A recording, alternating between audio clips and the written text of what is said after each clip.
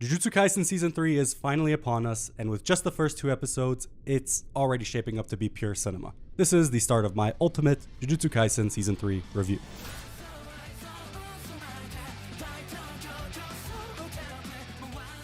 Look, I don't want to be seen as just a glazer or whatever, but oh my god, episode 1 and 2 of season 3 is already like some of the best JJK that we've ever seen to date. I don't want to break down these episodes the same way I did during the Shibuya review. I'm going to forego the mini recaps unless they're necessary for a point, and instead I'm purely going to focus on things I like and things I dislike. Spoiler alert, there's not much I dislike. To start, Shota Goshizono is back once again as series director, and correct me if I'm wrong in the comments, but I believe that he is personally in charge of directing these first 2 episodes. Most anime will usually have their first episode be directed or at least storyboarded by the series director before switching to different episode directors that all tackle their own individual episodes. The idea behind this is for the series director to essentially set the tone for how the season will look and feel, and for how the episode directors themselves can best adhere to that vision. With how incredible Goshizono is as a director though, all this means is that these first 2 episodes are absolute cinema. And I don't mean that just because Yuji and Yuta fight in a theater. What I've loved about JJK as an anime has got to be the continued evolution of its visual identity. With each passing season and movie, the Jujutsu Kaisen anime continues to improve. The character designs have gotten a lot better starting from season 2, and the overall direction has been stellar. During Shibuya, we had episodes like Red Scale that had this big emphasis on lighting, with both Yuji and Choso being bathed in red and blue rim lighting, which at times was a little overbearing, but for the most part was awesome and visually striking. Season 3 takes that concept and elevates it in these opening episodes, and it's much more tastefully done and adds a lot of extra dimensionality to the drawings. Anytime Keiichiro Watanabe showed up during season 2, the animation would go absolutely stupid hard, and the character model sheets would become nothing more than suggestions. During the Naoya vs Choso portion of the fight, it makes me wonder if they even had the character sheets to begin with, but I'm getting a bit ahead of myself. I personally love this style of animation during that portion of the episode, but as I go over in this video, it seems like not anyone does. One other thing that I want to get out of the way now so I don't have to re-explain it every episode: ghosting and dimming. Hi, future Orion here. There actually isn't much ghosting or dimming in this episode, so while the information I'm about to give you is valid, I don't know that it is going to apply for the entirety of the season. Maybe Crunchyroll struck a deal or something, but this episode did not really feature any ghosting or dimming, so By Japanese TV law, anime must be dimmed and ghosted when there's a lot of high-speed movement and flashing lights respectively. You can thank the Porygon episode for that one. It's an anti-seizure measure that unfortunately kneecaps a scene at best, while completely ruining it at worst. I'll point them out as I go, but keep in mind that it has no bearing in the overall quality of the animation. My biggest mistake during the Shibuya review was not highlighting this fact enough and making it seem like actually it's the animator's fault, when in reality it's just how Japanese TV is. On to the episode itself. Since technically this was screened as one episode, even though it's a 2-for-1 special, I've got timestamps below for both parts in case you want them. Now, the opening shot of the episode is pretty strange. Okay, maybe not strange, I don't think that's the right word. If I had to pick a different word for it, maybe I would say artsy. I love Goshizono, but he really likes his super cinematic shots. This opening shot is just 40 seconds where the camera ever so slowly zooms in on Yuji from an entire room away. For 40 seconds, all we see is a quarter of his back as he continues to wash his hands over and over again, before cutting to a still frame of a giant bloodied hand for like 5 seconds, and then cutting back to Yuji washing his hands again, this time a top-down view where we see that no matter how much he washes, the blood never seems to come off. This is obviously metaphorical and a representation of Yuji's guilt over the events that happened in Shibuya, but it could also be seen as him trying to literally wash Sukuna out of his body. I think both interpretations work, and it's just very powerful and effective visual storytelling. In the season 2 review, I was super high on Keiichiro Watanabe for his stellar animation whenever he was on an episode. This time around, I'm probably going to be Goshizono's #1 fan instead, because while I can see a lot of people being like, why is this shot so long, or go on already, I think it's just really cool and gives Jujutsu Kaisen an aura that really sells it as not just your average shonen. I feel like even your most pretentious, I don't watch shonen slop, I only watch anime made in the 70s and 80s person could see this episode and still sing its praises. From that one shot in the bathroom, we cut straight into Yuji inside of a building where a giant curse is trying to claw at him. One thing about this opener that I adore is how quiet it is, and just the overall atmosphere. The curse is trying to reach Yuji, but he simply breathes in and quietly turns around. At first it's a light jog, before breaking out into a sprint as he leaps off of the building, and man, Goso cinema. Just look at this shot. The colors, the music, the ambient sounds, it's just so perfect. It's not enough for Yuji to just jump out. There's curses hanging on the windows. Just like birds, they fly up into the air in reaction to Yuji, and once they get in front of the camera, we transition straight into the shot of a building from afar. But it's not a drone shot or anything like that, it's instead framed from inside of an adjacent building.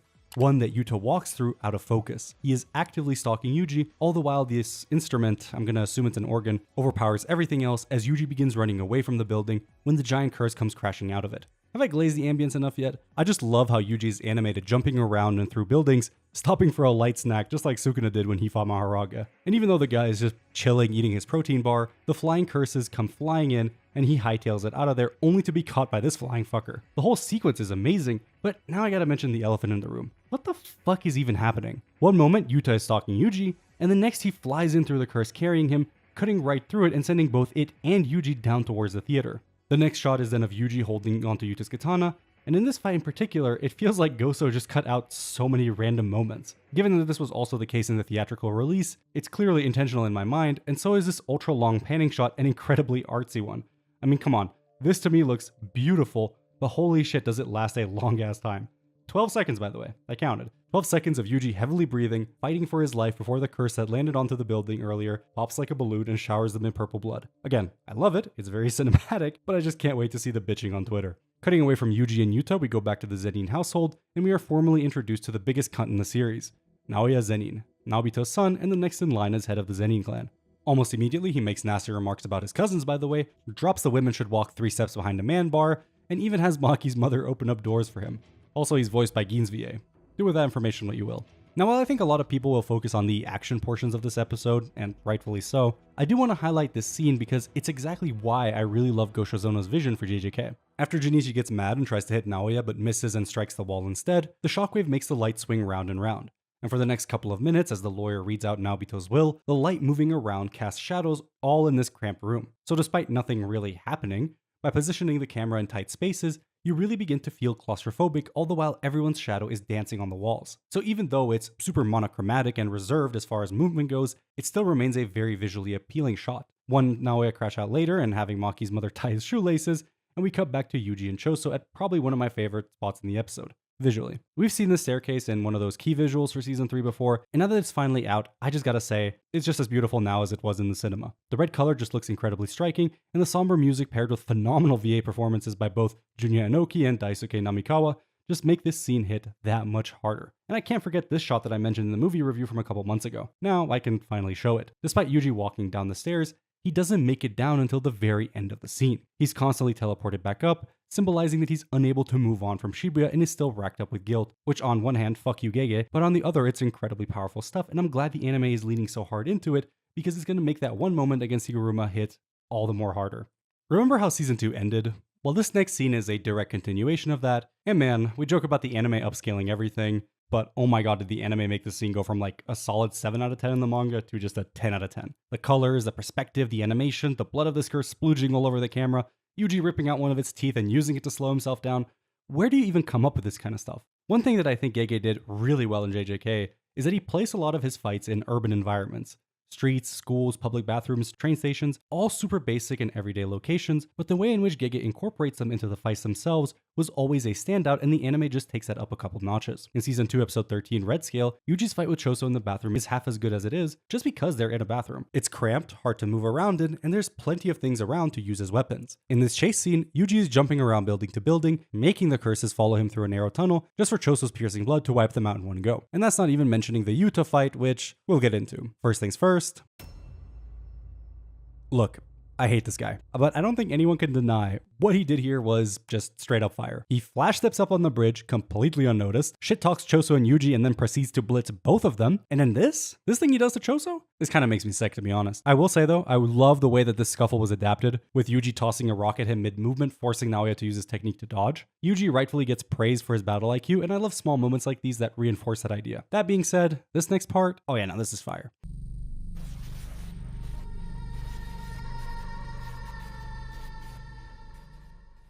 While Naoya wastes his time shit-talking, the entirety of the city fills up with cursed energy. Yuta's cursed energy. His presence noted by Yuji. Gojo-sensei?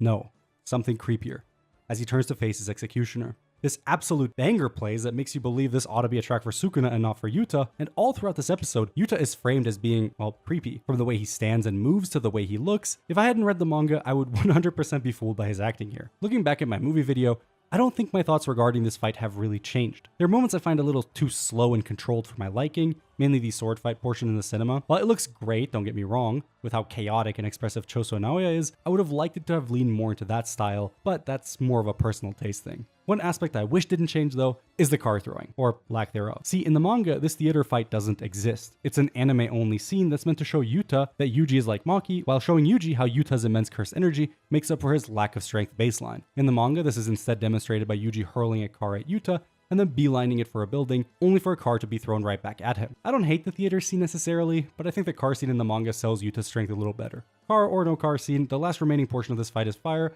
and the way in which Rika slowly materializes behind Yuji and stops him dead in his tracks with only 2 fingers is crazy cool. I especially love this little motion blur effect that's added sparingly around her hand. Like I said earlier, Jujutsu Kaisen's visual identity has been evolving as the series has gone on, and little things like this becoming part of that identity is incredibly cool to see. Yuta stabs Yuji in the heart, blood pools out of him, and it's looking like GG. In the meantime, let's take a look at how Choso is doing.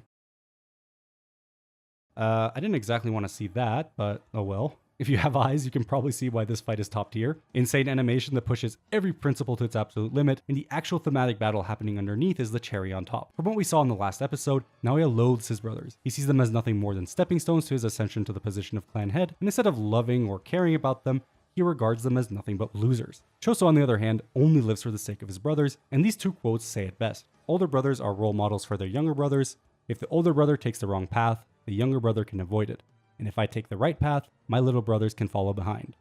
You ask why I'm tough? It's because I had no one to guide me, so I kept making mistakes. Nonetheless, I must walk ahead of my little brothers. That's why I am strong. Okay, a few things. I mean, that quote is incredibly real, and I just love it. And Gege has always been in his element when it came to a lot of things, let's be real. But compelling character interactions is definitely one of his biggest strengths, and also a big reason why people want more of it. Choso's love for his siblings transcends time, and it's for their sakes that he moves forward, and also the biggest source of his strength. So when you put someone who loves their brothers and derives his strength from them against one that doesn't and simply believes in his own ability, what do you get? A banger fight where big man Choso absolutely bodies this fraud Naoya and almost kills him, only for Yuta to walk up behind him and one-tap him out of existence. It was cool while it lasted. So you know how I've been saying, Goso Cinema this, Goso Cinema that, all throughout the video. Well, let's keep the glaze fest going. I love this flashback of baby Yuji. It's framed from his POV as a baby, barely able to keep his eyes open. Wasuke and Jin coming in and out of focus, and just when Grandpa mentions Jin's dead wife, there she is walking into the room.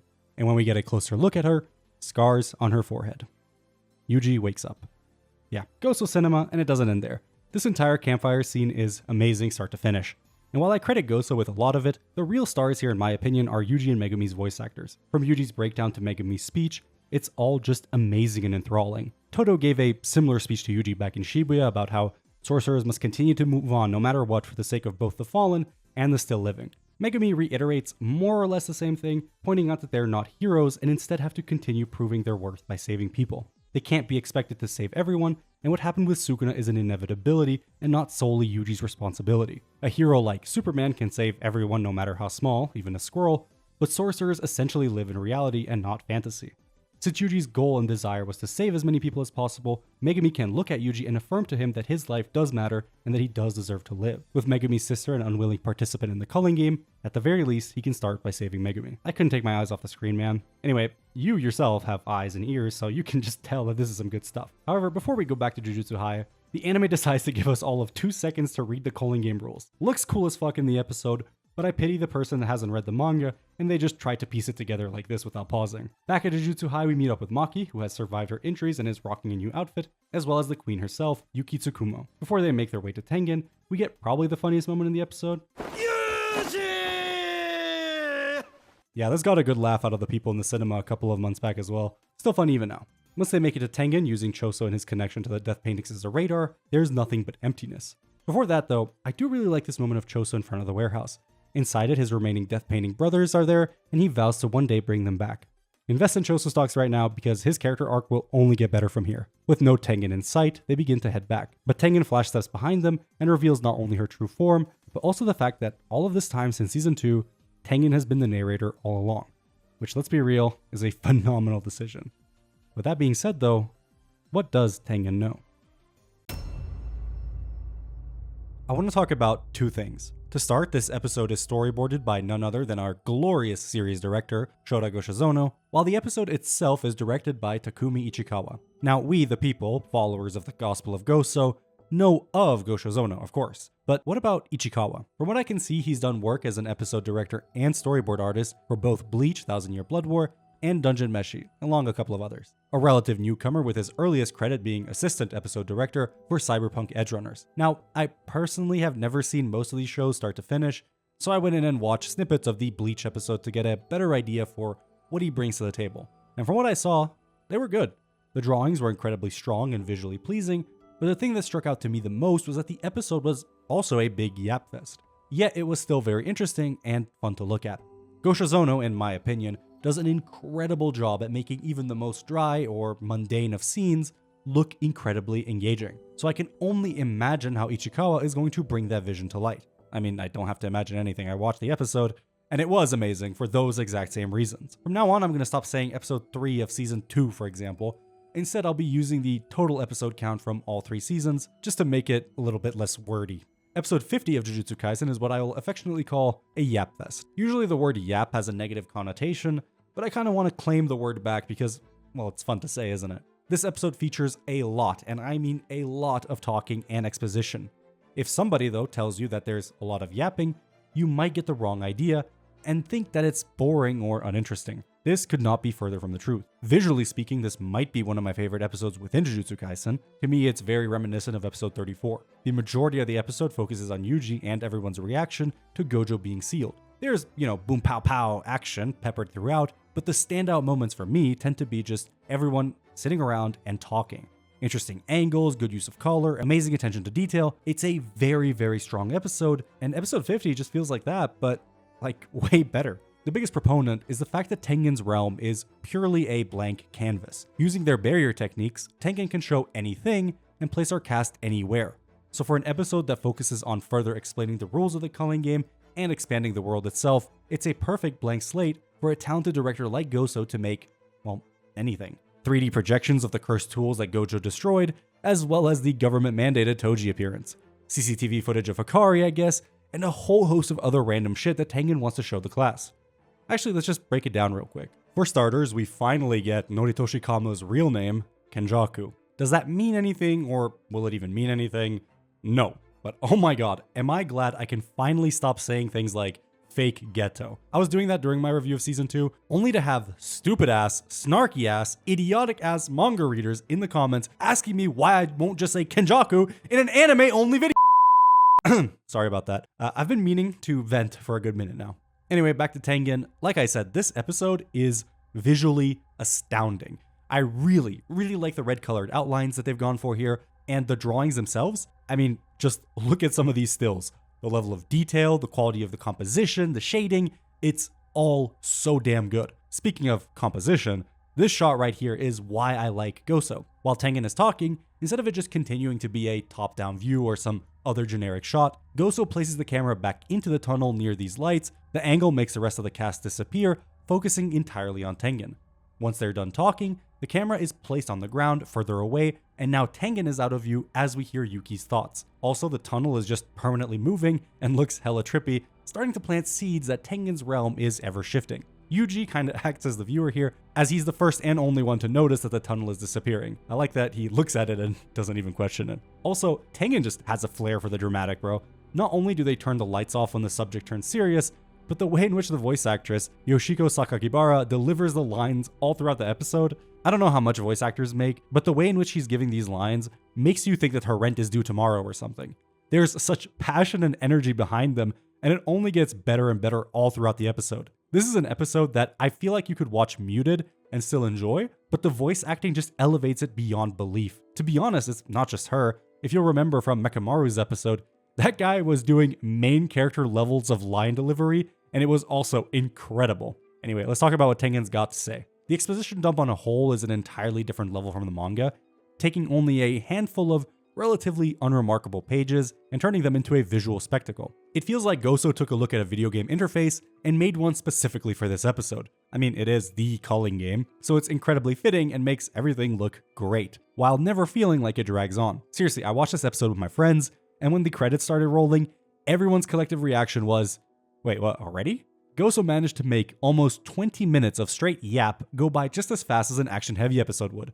Genuinely impressive stuff. One of my favorite visuals was how the text around everyone was overlaid, like there's a projector on every side of the realm, if that makes sense. Also, this little bit of Tengen fidgeting with the cube was kind of funny, because their hand is overlaid doing the same thing, but you can see the smaller Tengen within the prison realm doing that as well. Also, at some point, Tengen uses the Kagebunshi no Jutsu to illustrate the point that they exist everywhere, which I thought was a really neat touch. Another neat anime-only addition, for the first time in Jujutsu Kaisen, we get to actually see a Six Eyes Limitless user other than Gojo. Granted, we only see them from behind and not actually their face, and for like 3 seconds, but it is something that we have been asking for years now. So I think we'll take all the crumbs that we can get at this point.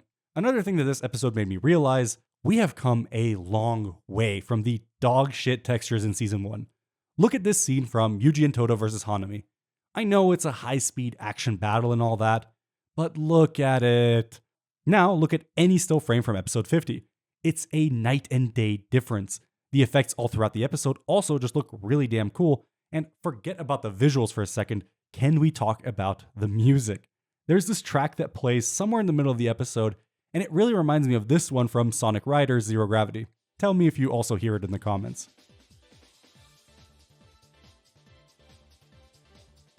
All that to say, it's just good. The visuals are good, the voice acting is good, and the music is phenomenal. I saw a lot of complaining about how the rules of the culling game were handled last episode, mainly on TikTok, which honestly should disqualify it as valid criticism, but to me it was obviously an artistic decision, plus you could just always pause anyway. The rules themselves, especially the important ones, were always going to make an appearance when they would need to be reiterated. Episode 50 goes one step further, showing us every single one individually.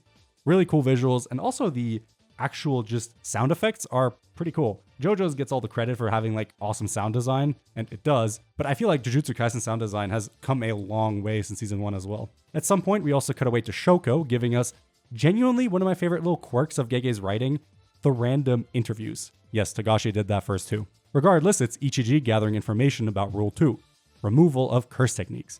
This is also another moment of Goso's really fun way of directing. The guy can't just put the camera in normal places, above the chair, behind it, on a bookshelf, it's all so varied, which gives this short scene such a nice look to it. And no, that's not just because Shoko is a baddie. That does help though. Which makes this a good as time as any to quickly run down all of the culling game rules in the most basic way that I can. Number 1, newly awakened players have 19 days to partake in the culling game. Number 2, if they don't, they die.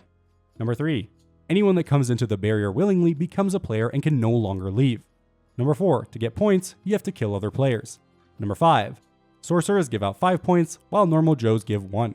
Number 6, if you have 100 points, you can add a rule. I'm not going to say this one right after number 6, okay? The rule added has to be one that doesn't impact the longevity of the game. You can't add a rule that ends the game in exchange for 1,000 points, as an example.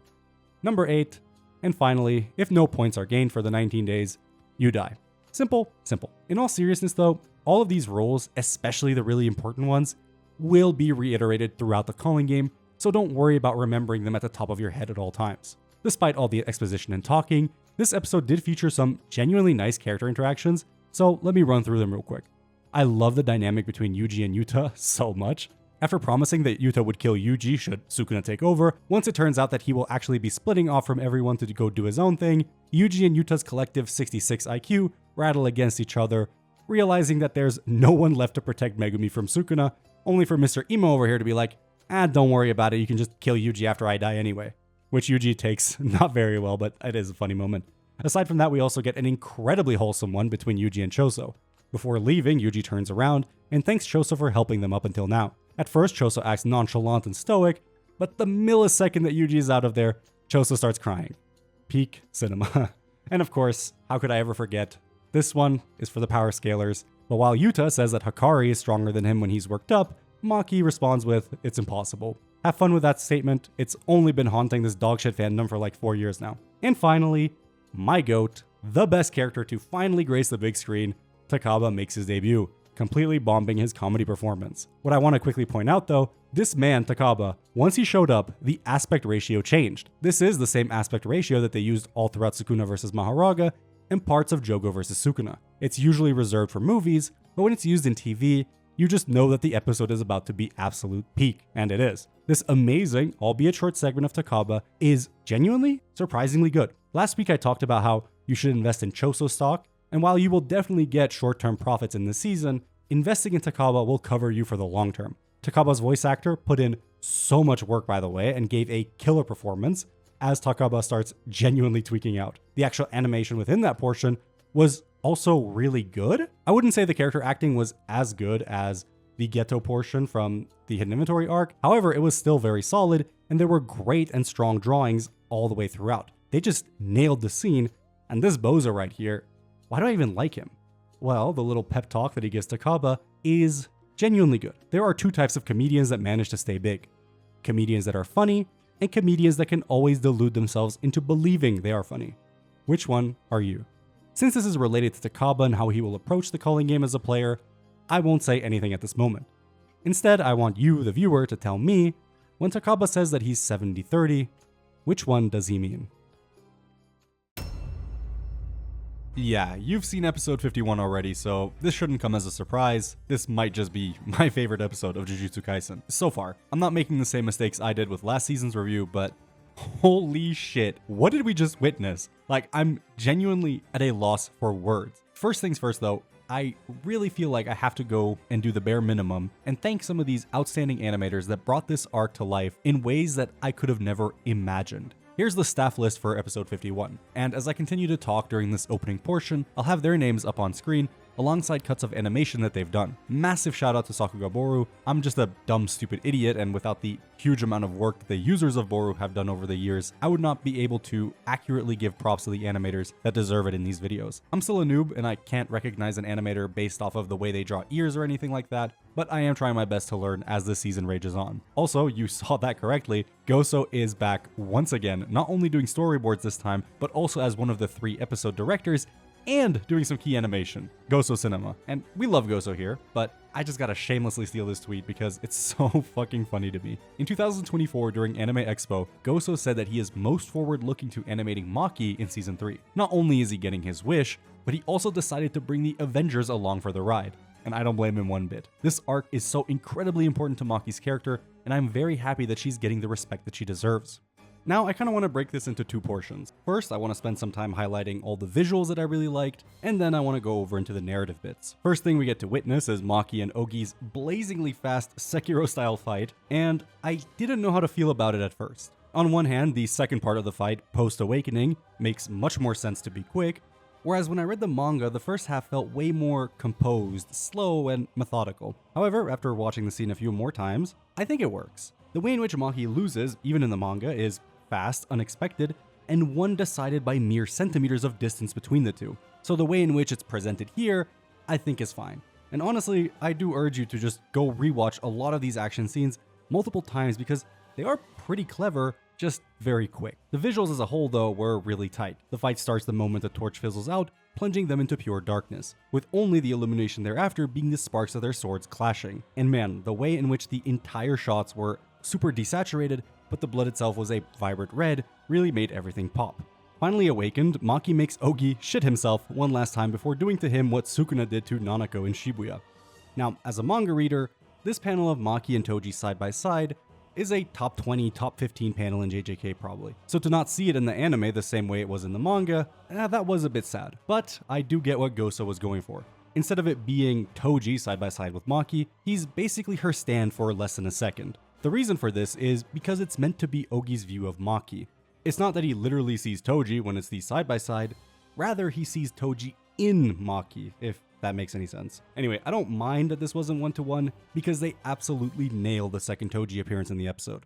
Mai and Maki's beach scene was everything I could have asked for. At first, it started off completely quiet with only the sound of wind and the gentle waves being noticeable, and in terms of atmosphere, it was overcast. Cool blues and grays dominate, but as Mai walks deeper and deeper into the water, the sky clears and the colors change, matching 1-to-1 with the colored chapter cover from volume 17 of the manga. Maki tries to reach out to her, but all Mai does is hand her a piece of flowering reed. Believed to be a plant that wild geese use when crossing the sea to rest their wings, Mai no longer needs hers. The music finally kicks in as child Maki looks over to her sister, telling her to destroy everything. Maki and Mai's relationship is something that I think was a teeny tiny bit underdeveloped. With that said, it doesn't really take away from the emotional impact that this scene has in any way, shape, or form. If anything, it's a testament to how strong of a writer Gege is, as well as how amazingly the anime managed to elevate this scene. From the superb voice acting to the pretty visuals and stellar music, this is what an anime adaptation ought to be in my opinion. Using the manga as nothing more than a blueprint, and then leveraging the strengths of the anime medium to make something great in its own way. Goso cinema? Goso cinema. Maki and Mai, I think, fall into the doomed siblings trope. I hate using the word trope because it tends to have a negative connotation, but that couldn't be further from the truth in this instance. What you have here is two siblings that were inseparable when they were young, only for the relationship to fracture as they got older. Maki was unwilling to compromise with the system that she was born into, and eventually left in pursuit of forging her own path to one day return and prove her worth. As a result of that, the Zenin clan continued to hinder her at every turn, but more importantly to Maki, they target her sister Mai. As if to exact revenge on Maki for stepping out of line, they take the abuse that they can no longer easily bring down on her, double it, and give it to Mai instead. Mai, on the other hand, isn't strong like Maki. She can't and doesn't have the desire to fight against the system, and is instead content in living within it, hoping that if she doesn't cause any problems and does as she's told, it'll all come to pass. This difference in worldview is untenable and becomes a catalyst for their strained relationship. This was already a pretty compelling moment way back in season 1, but with what happens in this episode, it becomes way better. With Maki on death's door and no way for both of them to survive, Mai makes the ultimate sacrifice, giving up her life so that Maki can not only live, but for her to reach a new level of strength entirely. A level of strength that will allow her to completely destroy the Zenin clan and system of oppression that has tormented them for so long. On their own, neither Maki nor Mai can make any lasting change, but by giving her life, for the first time ever, Mai is able to actually fight back. Destroy everything, big sister. And to be honest, Gege is kinda ballsy for this. There's no working within the system to make slow incremental change, none of that pussy shit. Maki completely annihilates the Zenin clan. Totally radical actions that will hopefully result in real change being made in her lifetime. Not 300-400 years from now when a bunch more out-of-touch old men realize, misogyny and child soldiers is bad actually.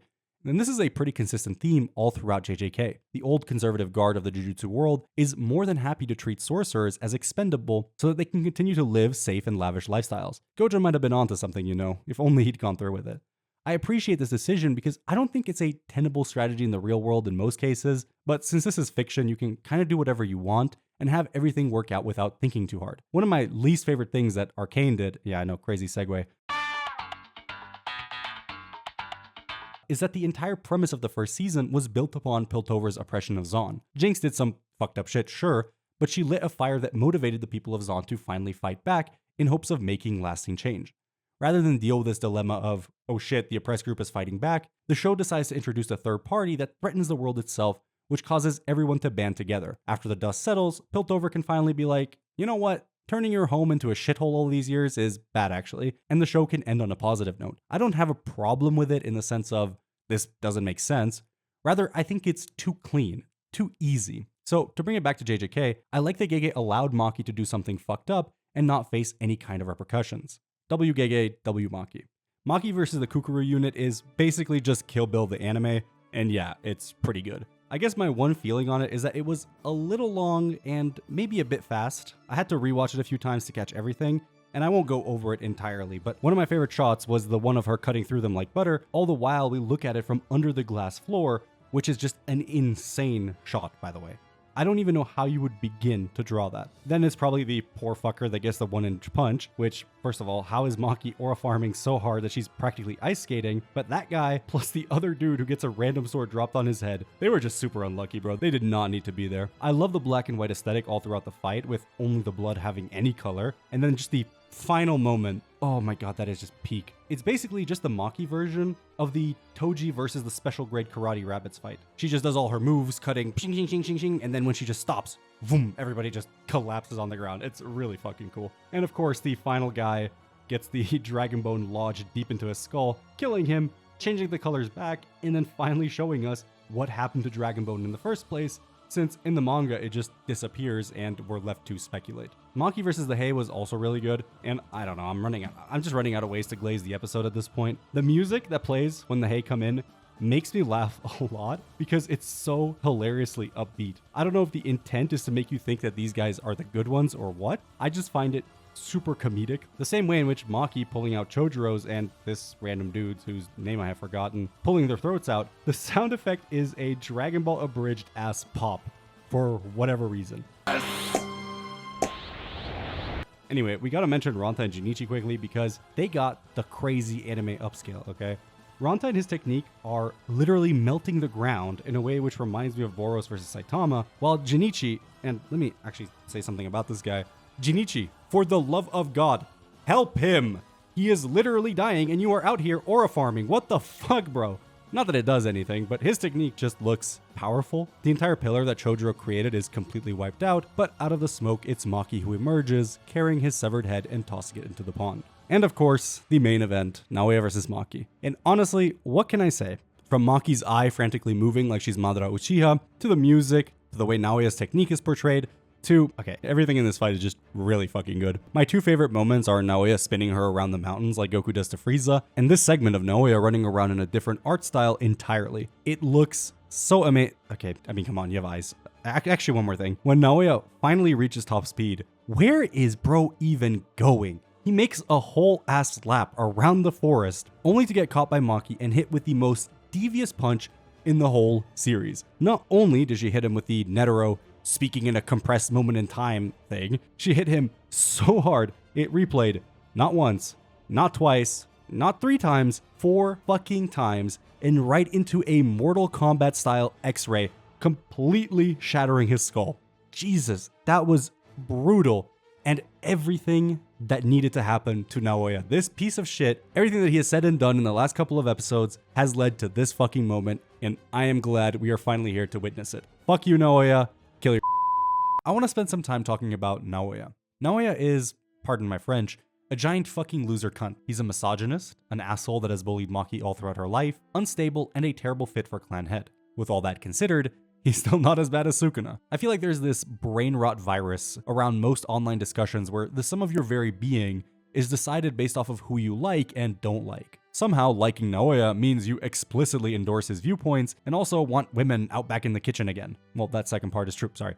Point is, Naoya is an interesting antagonist because of these terrible character traits, the same way Sukuna is because he's out there indiscriminately slicing and dicing everyone. It makes him all the more threatening, and it fits perfectly within his worldview inside the story itself. In Naoya's case, he's annoying, arrogant, bashful, full of pride and delusional, but that's what makes Maki beating him so satisfying. It's an eyesore of a person being put fully in their place, and there's something cathartic about that. But more importantly, as it relates to JJK, it's Maki taking down everything that she stands against. Naoya isn't just himself. He is the embodiment of the Zenin clan and even Jujutsu society as a whole. He views women as inherently beneath him and constantly takes from them. From their drip to their periods, this guy is a certified freak. But to Maki, he is the system that has put her and Mai down since practically their birth. Not only are they women, cringe, but one can't even see curses without special glasses and has no curse technique, while the other can like make a bullet every now and then or something. In a clan that values inherited curse techniques above all else, these two women were fated to be berated and pushed down since their very birth. Naoya is a petulant child. Like the dude has been a dipshit since he was a kid. After hearing rumors about a man in the clan with no cursed energy, he gleefully goes to see him, expecting to find somebody miserable that he can laud his genius over. The man is none other than Toji, who very obviously has not a shred of pity in his looks. He simply stares ahead with cold, distant eyes, refusing to even glance down at Naoya. And as far as the anime is concerned, they nailed the scene. The gold colors representing Naoya's childhood memory of him being ecstatic to shit on Toji, only for the colors to get drowned out by Toji's aura, basically. I love the hazy look that the flashback has, and Toji himself just looks immaculate. Not one-to-one with the manga, but I think this version is just as good in its own way. While Toji was disrespected and shunned within the clan for his lack of curse energy and curse technique, he could not care less in this moment. He's painfully aware of the magnitude of strength that he possesses, and like Ranta quite aptly put it, the Zenin clan only exists because of his whims. At any moment, Toji could do to them what Maki is currently doing. But he's similar to Mai in the sense that he's willing to simply exist within the clan. From that moment on, Naoya becomes his biggest fanboy, and deludes himself into believing that he can stand shoulder to shoulder, not just with Toji, but Gojo as well. And that's what makes this matchup fun. Maki is closer to Toji than Naoya will ever be. She can actually understand Toji because she has gone through a lot of the same abuse that privileged Naoya over here never had to. So not only does she share all of these similarities while radiating the same aura as Toji, Maki comfortably beating Naoya in that one punch cements her in that position that Naoya desperately wishes to be in. And that's what makes the fight so thematically satisfying in my opinion. The cherry on top is that Maki's punch doesn't actually kill Naoya, and it's instead her mother using the last remaining strength that she has to stab him in the back. And if the gears in your head are starting to turn, that's verbatim what Naoya says should happen to women who cannot walk 3 steps behind a man. They should simply be stabbed in the back and die. I love how Naoya tells Maki that with a face like hers, no one will ever look her way again. Meanwhile, my man Yuta, who last time he saw her, she looked like this, he goes up to her like a kid on Christmas when he sees her again for the first time. This man is madly in love, no matter how Maki looks like. That is just chef's kiss and rubs even more salt in Naoya's wounds. And there's one final omission that they made in the anime, which a lot of people liked. I liked it as well, but I don't think it changes anything. It's the scene of Gojo and Toji showing up in Naoya's memory as he says that he's the one to stand shoulder to shoulder with him. He says the line, so that's not changed. However, not seeing Gojo for a second time in the season, you know, it's a bit of a missed opportunity, but also I think adding that scene just randomly in the fight would have been fine, but also it would have just taken away from the actual movement, so I'm not all too pressed about that missing. So about Maki's mother. Well, it turns out that she was kinda in on the whole kill your children thing, which in turn leads to Maki slicing her throat. Reasonable response. They got Maki moving like season 2 Tony Soprano. Side note regarding Maki's mother, her outcry for Maki to come back is basically 120% confirmation that it's her in the opening, not just because of the visual, but also just how absolutely insane her voice actress made her sound. Entirely hysterical, and frankly, perfect preparation. What I find interesting though, is that while Ogi, down to the very end, resented his daughters, blaming them entirely for his shortcomings and inability to become clan head, their mother is the complete opposite. In her final moments, rather than dying quietly, she chooses to take Naoya out for good, making sure that the Zenin clan itself is destroyed fully. She does this while thinking of a time Maki and Mai were still children, the 3 spending quality time together. I'm so glad I gave birth to you. It's easy to forget that her mother would have also gone through a lot of the same bullshit that she did. I mean, we literally see her acting as Naoya's personal maid like 3 episodes ago, so this moment of finally bringing an end to the Zenin clan is cool, and I like that Maki didn't actually 100-0 Naoya like that. One other thing I want to get ahead of now is the whole Toji comparison. Yes, Maki has in essence become the second Toji. She is as strong and fast as Toji, but she is not him. In more ways than one, but that'll become more apparent later in the season. Oh, to level 4 scanning, am I right? Anyway, strength alone doesn't define Maki. It's the life experiences and bonds that she has forged with the other students that do. So for the love of God, don't go comparing her to Toji. She's much more than just the female Toji. They're both great characters in their own ways, and I think it does a disservice to both of them if you treat them as one-to-one with each other. Just like episode 50, the Yapathon, episode 52, while not as heavy-handed, was still an exposition-heavy task that Goso and co needed to tackle in order to make it as interesting as possible. And I'm not going to sugarcoat it, they cooked. Goso has not only storyboarded 5 episodes in a row now, but probably the entirety of Core 1 as well. I've heard rumors that it'll be the case for all but 1 episode, which is rumored to be directed by Miso, who, if you need a refresher, he's the guy behind Thunderclap Part 1, aka the Jogo vs Sukuna episode, which to me is probably still the best JJK has ever looked visually. Regardless, one thing Goso does amazingly is his dialogue-heavy scenes. While I think last episode was proof enough that he has it in him to do action very well, I think where he truly shines is making the talking scenes exceptionally interesting. And in an episode like this one, you just gotta admit the dude is a genius. I want to focus a lot on the visuals for this episode. It might come off as a bit recappy, but there's just so much that I like, and it would be impossible to just be like, I like this, I like that, I like this, so I kind of have to reel it in, you know?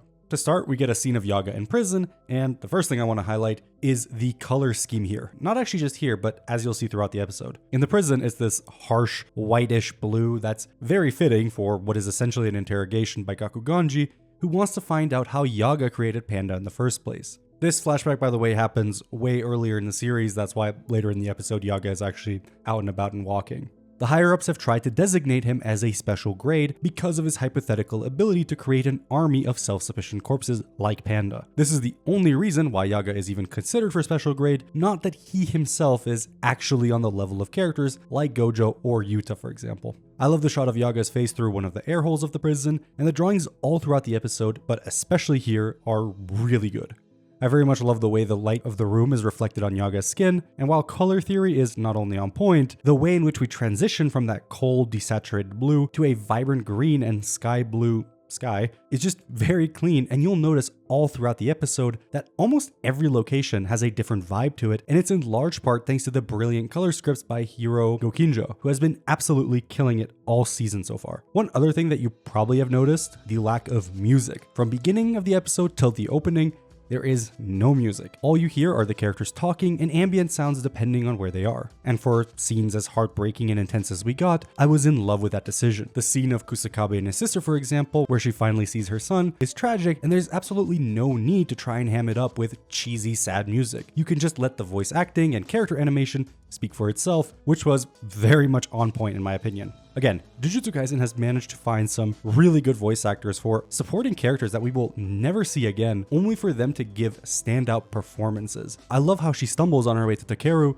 and Big Kabe himself also just had a great moment. And broken record, but the VAs are just very good. And can I keep talking about these color palettes some more? Before this touching reunion, we get a snapshot of Panda being freed by Kusakabe as a favor to Yaga, but the entire room is bathed in a red light, which is probably meant to signal that death is right around the corner. Right at the end of the flashback with Kusakabe, the camera focuses on the light reflection in the pond, and then jump cuts to a street lamp with moths swarming it. And the scene itself, it's dark, sure, but more importantly, it's cold, which, yeah, is very fitting for what's about to happen. And you do know what is about to happen, right? For the first time in the episode, we hear music, but it's not a backing track. It's fucking Jimi Hendrix absolutely shredding the guitar. Each time he swipes the strings, the light shines directly on him. As he plays faster and faster, he keeps going off, on, off, on, off, and then nothing. The lamppost is the only thing that we see, as Yaga can be heard panting, slowly dying as the wound on his chest continues to gush out blood. And that's when we get the best Panda moment probably in the entire series.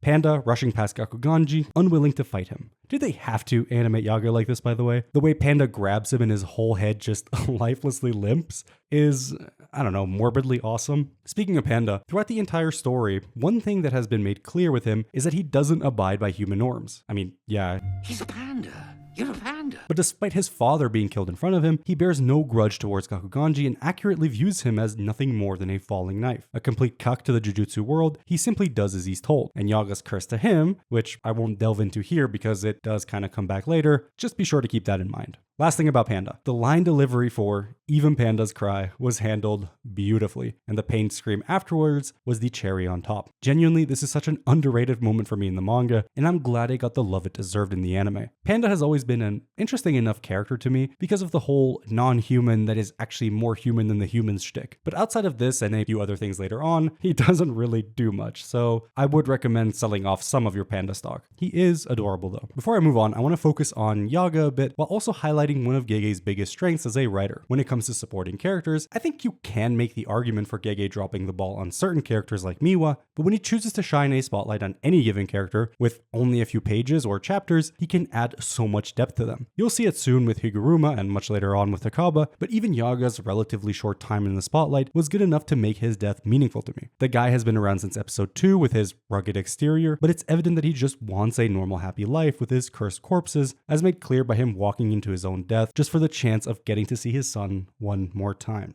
Have I mentioned how good this episode looks, by the way? When it comes to making something as uninteresting as two characters walking around and talking, Goso is in a league of his own. First of all, the backgrounds themselves look stunning. We have been absolutely blessed with a wide variety of interesting locations all throughout season 3, and especially this episode. But secondly, just look at this shot of Yuji and Megumi walking towards Hakari's fight club. The camera is positioned in a relatively normal angle, but instead of having both Yuji and Megumi walk through the side of the gate, Megumi does so first, while Yuji walks up to the barrier, grabs onto it and moves it up, obscuring the camera for a brief moment. On one hand, it kind of shows the difference in their personality, with Megumi going around it, while Yuji confidently moves it out of the way, further emphasizing just how direct Yuji is in everything he does, even asking Tengen point blank why they look like a thumb a couple of episodes ago. On the other hand, it's just a needlessly complex shot to flex on non-artists and us low-tier scrubs. More Goso cinema. Another shot I want to talk about while we're still outside is the one of Megumi and Yuji walking up an empty road. Yuji is in the light, while Megumi remains in the shadows. A little on the nose, what with Yuji being a happy-go-lucky ray of sunshine, while Megumi is an emo guy with a shadow-based curse technique. But look at this railing.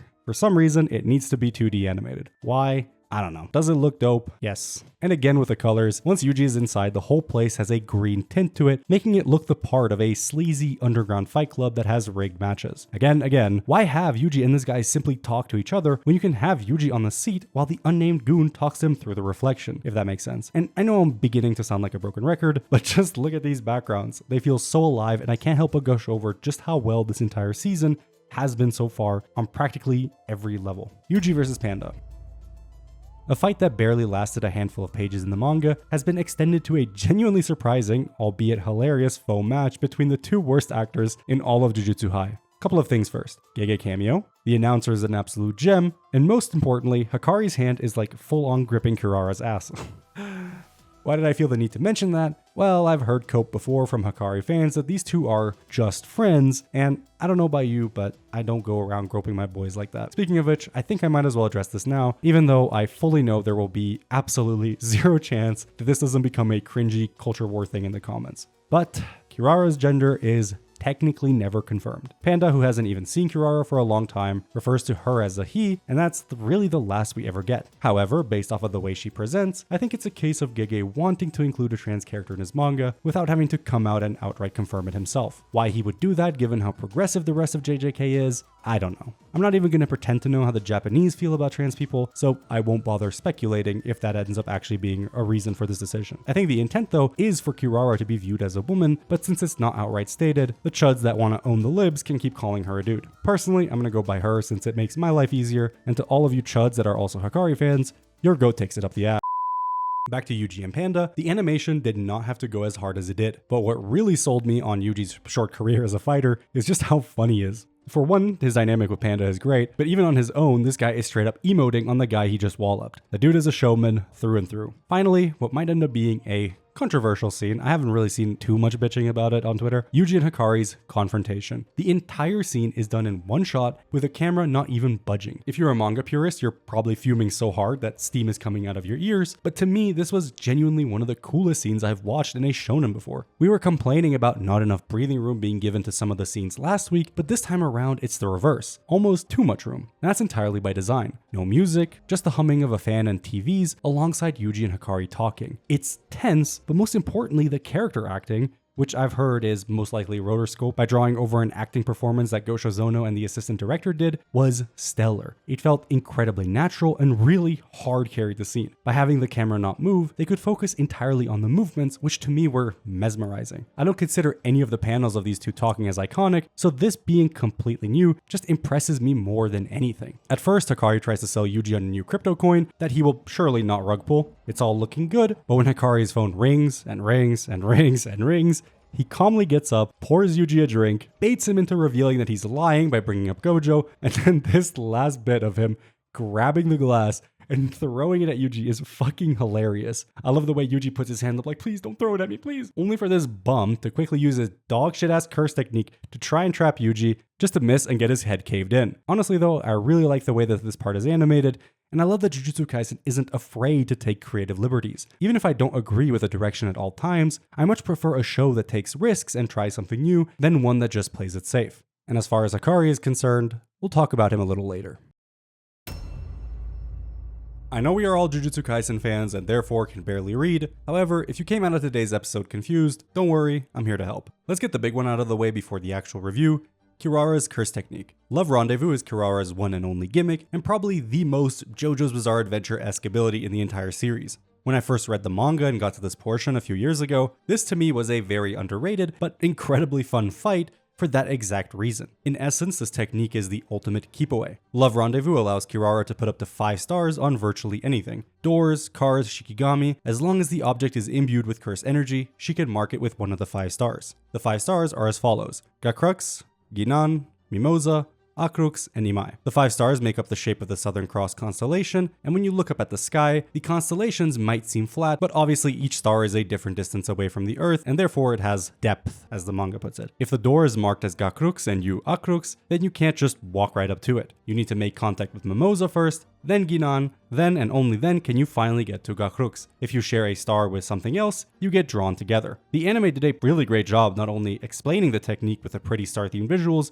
but also expanding on its combat abilities as well. At some point in the episode, to stop Megumi from reaching Mimosa, she imbues a coin in herself with Gakrux and tosses it forward. She naturally gets pulled to it by lowering her cursed energy, and by chaining it she gets in between Megumi and Mimosa. The way it's portrayed really reminds you of Jujutsu Kaisen 0, that one shot of Gojo stopping Miguel midair with infinity. Another cool application, once Panda is knocked by the car right on top of the parking block with Mimosa on it, it repels him upwards and he's stuck in the air. Outside of that, the rest is mostly the same, but for Megumi to get to Kirara, we get this awesome teamwork moment between him and Panda. The black belt bunny is summoned and tossed towards Panda, who catches it and throws the little guy onto Mimosa, which this fucking kung fu prodigy perfectly lands on, by the way. Since Megumi and his summons are treated as one, it allows him and the Divine Dog to touch Kirara, and then we get the conclusion with Megumi pinning her down and the car exploding in the background, which was needlessly cool. Visually though, I really like this episode. I think I still prefer the way the previous one looked aesthetically, but this one also had its own highlights. I like the way Megumi is portrayed slinking around in the shadows, plus this shot of his face being lit up by the lighter is a cool little touch. Panda is just generally hilarious in this episode, stealing the fish sausage after knocking these no-name goons out, and then later when Megumi asks him if he has a star on him, this fucking idiot is like trying to find the star and he's like, E-M-I-E? Like, what the fuck is bro doing? The way in which they describe the disdain for the higher-ups as far as complicated techniques like Kirara's or Hakari's are concerned, was pretty dope. Not happy that I have to see this shot of Nobara again, but also to me the idea of a curse technique that manifests as a videotape or computer virus is pretty interesting. It makes me a little sad that we have moved on from your classic paranormal shit that Jujutsu Kaisen kinda started with, because just imagine Yuji, Megumi, and Nobara having to deal with a curse that functions exactly like the ring. I feel like it could have been a lot of low-stakes fun that would have helped give us that quote-unquote filler that we've been begging for. I really like this scene of Megumi and Panda out on the roof, only for Kirara to come into view in front of the camera, with both parties completely missing each other until their collective 10 IQ puts the pieces together.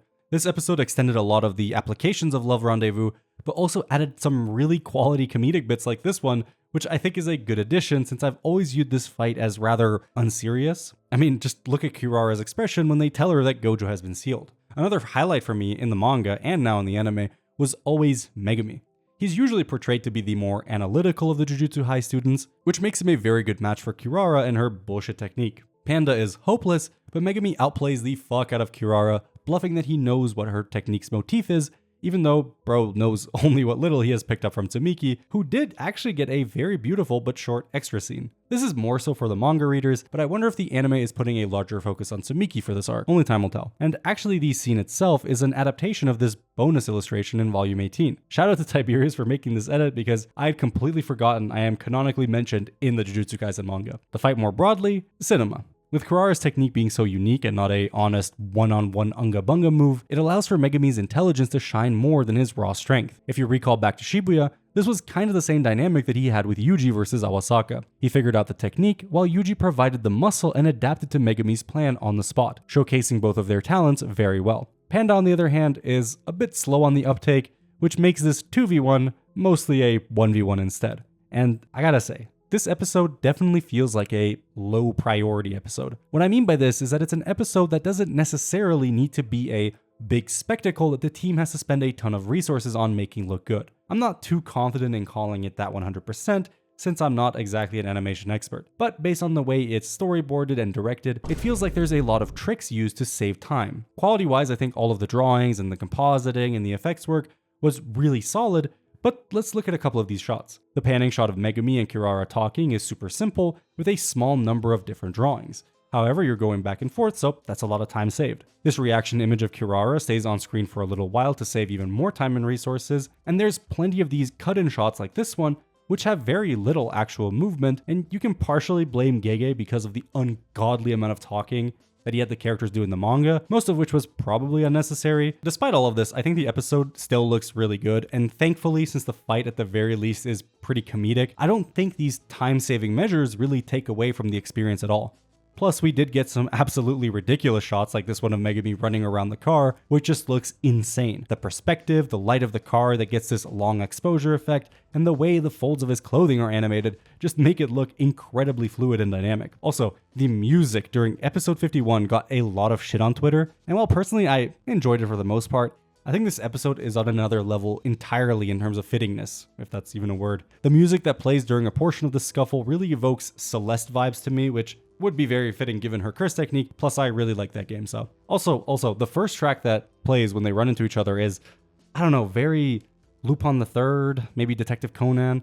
It's jazzy and just extremely fun, and this entire season, to be honest, has had banger music, and I cannot wait for the entire OST to be fully released and never be able to use on videos because they would fucking kill my in a video game, of course. Love the shot of Megumi bowing to Kirara. If you've read the manga, you know why. Only for the door that they've been trying so hard to get into flies past them because of Hakari punching the fuck out of Yuji, which leads me to the big narrative highlight of the episode, Yuji and his cog speech. Yuji's speech about being nothing more than a cog was already a highlight in the original manga. So realistically, they could have just put the pages on screen and had Junya and Oki read it out line by line, and it would have still hit hard. Thankfully, not only is his performance really great, the visuals surrounding it give it all the more intensity. It's solemn, serious, and above all else, sad. Following Shibuya, Yuji is completely broken and only views himself as a tool that can hopefully bring an end to Kenjaku, and more importantly, Sukuna. Although he says curses more broadly, given what happened with Mahito, realistically, Kenjaku and, by extension, Sukuna are at the apex of whatever bullshit is happening in the world. So while in this moment he lacks the drive to be larger than life, which is what Hakari is looking for, his actual fever, or passion as the anime translates it, burns incredibly bright. I think the anime did a phenomenal job at presenting this moment. It's quiet, with no one else really talking outside of Kirara coming in to tell him, please don't fucking kill him, but the music that plays is quiet. It's like this piano, dun dun dun, and every now and then it like picks up, and it's just, I think it's really, really good. And while I want to explore more of the speech deeper in regards to Yuji's evolution in both this arc and in Shinjuku later, that would just be pointless spoilers for the anime onlys. So for the time being, I want you as a viewer to treat this speech similarly to the I'm you speech at the end of Shibuya. A lot of what Yuji says here will come back later, and I think it's a moment that you can't afford to be a Jujutsu Kaisen fan over. Now that we finally got some more Hakari goodness, I can elaborate a bit on how I feel about him as a character. As a fellow degenerate gambler, I've liked this guy since his very first major appearance. He's a dropout that has been shunned from the Jujutsu world, and he seeks to find his own path to one day changing the Jujutsu society using the Fight Club. How he intends to do this isn't something that you'll be finding out anytime soon, but I love how ambitious Hakari is above all else. Jujutsu Kaisen is fundamentally about rebelling against the conservative system that continues to fuck everything up, so characters that look to challenge that system, like Gojo, like Maki, like Hakari, are always going to be a big W in my book. In terms of curse technique, the anime went for a blink and you'll miss it approach, but all you need to know for now is that he can spawn trained doors, and also his curse energy has a trait to it. Not only does it hurt when you get hit by this guy normally, but it's amplified by his coarse curse energy. Don't be fooled by him being unable to put Yuji down. There's a reason Yuta considers him to be stronger when he's on a roll. And personally, I just find his entire gimmick with his technique really, really fucking funny, so you'll see that pretty soon, I think. I will say, this panel of Hakari failing to throw a proper punch in the manga always gets a laugh out of me. So I am low-key sad that they didn't include it more clearly. If you look at the way he's holding his hand, you can see that it kinda looks like he's going for that ridiculous palm strike thing, but the cutaway doesn't show it fully connect to say for certain. The anime did a good job making the final punch itself feel satisfying, but now I can't slander Hakari as easily anymore. Also, his nipples aren't hard anymore. That one is the real tragedy. The thing about Hakari that I like the most though, is gotta be this final line from Kirara. Hakari's fever was at its peak when he was helping out others at the school. What you have is a classic big buff knucklehead that actually has a soft side trope, which, to be honest, I've always appreciated, and I love how it relates to Gojo students. One thing that Gojo has always been towards his students is kind, and it's nice to see that pretty much all of them embody that to different extents. We'll talk about Hakari even more when the time is right, but for now, there's someone else we gotta address. Of course, how could we forget the real star and main character of Jujutsu Kaisen, Kashimo Hajime. At least that's what it sounds like when you listen to Kashimo fans talk about this guy. The GOAT, the greatest, the zenith of all of Jujutsu Kaisen, and a character so iconic that any panel he is in automatically becomes iconic too. And yet, in episode 53, it seems that one of those iconic panels has been removed and replaced with a well-animated, visually interesting sequence that I would say is just as interesting as the manga. I want to crash out a bit on the leakers here. Hey, dipshits, if you're gonna leak, don't do this partial leaking bullshit. Either do all of it, or none of it. A day ago, I had to endure whining from so many people about an episode that none of them had even seen yet. No shit, it hadn't even fucking come out. Not only that, but it was built on a half-truth. Kashimo's iconic panel was not just replaced with a panning shot, it was an entirely new scene that created a solid atmosphere with pleasant colors and some very solid character animation, both in the face and the way he gets up and walks out of frame. A whole day of people assuming the absolute worst based off of some dumb shit some other dumb fuck posted on Twitter. And not even just the animation is good, the visual storytelling in this thing is really cool. Now, actually, I don't know if I can say this, but if you look at the water, you'll see like steam coming out of it because of Kashimo's electricity. Like, there's so much cool shit in this scene that like, it pisses me off that I'm gonna have to deal with this discourse of, oh, they didn't animate this one panel, therefore this whole fucking thing sucks now. Please, God save me. As far as Kashimo is concerned, this is the most I'll clown on him. I actually really like Kashimo as a character, and to the anime onlys, he will absolutely deliver in one of the best fights that the calling game has to offer. We'll get to talking about Kashimo in depth once he actually says more than a couple of sentences, but for now, I kind of want to solidify my position on the removing, rearranging, reimagining, whatever you want to call it, of certain iconic panels. This panel of Kashimo is not that iconic. It's cool. I think there was no reason not to include it. You could easily just fade to black, have a blue flash open up a hole in the black screen, and slowly reveal that it was Kashimo blowing this guy's stomach open. Pause. As he then Slav squats while talking to Kogane. Regardless, I don't particularly care that much because if I ever want to see these iconic panels, I can just flip through the manga. I would rather an anime adaptation do its own thing and become an entirely different viewing experience. With that being said, there are certain panels that I think are non-negotiable, like the 120%, that would need to be done incredibly well for me to be satisfied if they were not one-to-one. So long as the anime alternative, though, is just as, if not better than the manga, I have no issues. Next week, the calling game finally begins. Another week, another Goso masterclass. I think by this point it's pretty much confirmed that Goso will be storyboarding all but one episode for part 1 of the calling game, and as much as I hate leakers, unfortunately they have been correct as far as the production side of things is concerned. What this means is that the final episode of part 1, Sendai Colony, will likely be a 40-minute special. I don't know how productions generally decide on these things, but if you were around when Dragon Ball Super was airing, then you might remember the episode that Goku unlocks UI Sign for the first time. It was also a double feature, and one of the most hyped moments in anime history, completely crashing pretty much every major streaming site. I'm pretty sure they were even uploading that fight to the hub, which is kinda crazy to even think about. Assuming the information is true and Sendai will be getting that double feature directed by Miso, then, man, we're in for a treat. But that's still speculation and also in the future, so it's way too early to say. Episode 54, on the other hand, is in the present, and what a surprising banger it was. One thing I like about the calling game is that Kenjaku is not technically the game master. Despite his intellect and scheming, once the game is formed, it's largely out of his hands. In order to facilitate the game fairly, Kenjaku has to give every unwilling participant a one-time opportunity to not take part in the game. Basically, anyone that was inside the range of the barrier when the barriers were constructed have a chance to leave and not take part in the game. What ends up happening is that he meets up with Yuji's old classmate, Sasaki, waking her from her sleep in the realm between dreams and reality, the Curse Realm. I really like this part in the manga. If you take this page of Sasaki and Kenjaku starting to walk and then flip to the next, you immediately see them cross over from the right of the page to the left. The drawings themselves are slightly different, showcasing that they were walking throughout this dream realm thing. And I just love how it goes from pure black straight into this roided out Rufus tearing shit up in the background. If you've seen the new RDC World skit about JJK, in my world I've always envisioned that scene happening exactly like how they did the Domain skit. We got whatever you need, nigga. Jujutsu schools, we got. Hold on, nigga, am I tripping or we at the beach? Which I guess technically is also what happened in the Doggone fight with the anime, but fuck that. RDC upscale. Regardless, I'm glad Goso understood the assignment because every scene of Kenjaku that gets nailed or improved upon is much needed in making his impact as a villain feel ever more threatening. And I don't know about you, but this scene of Kenjaku talking to Sasaki was done so much better in the anime. There is one part of the manga that I do prefer. I think the page turn effect of it going from dark to light is just really undefeated in terms of how the manga is structured. However, everything else surrounding this scene was just perfect. Both the music and the animation, the first word that comes to mind is ethereal. This song is like, Okay, I gotta stop doing this, but like the song is really, really good. I need this OST in my fucking veins, bro. And then when they're getting up, like it's like transitioning from like these shots, and it's not just like a hard cut, it's like a dissolve thing effect going on, and it just looks so nice. And then they're walking and walking. Now in the manga, it's like one step. You don't really see them take multiple steps or whatever, but the anime obviously just has them like walking from right to left. By the time they reach the left side, then boom, we just transition into them walking past this giant fucking Shikigami tearing shit up in the background, or curse period, whatever. And it's all bathed in like this oppressing red light, which one is like a direct reference to, you know, Aizo, because Aizo is very, very red as well. And then also just, I mean, it's supposed to kind of represent the death and destruction that the Culling Games is causing. It's just so, so good. And then right after Kenjaku tells Sasaki, like, thank you for hanging out with my son, boom, we transition again to her like right in front of Iguchi, and it's just so clean, dude. Like it was so, so good.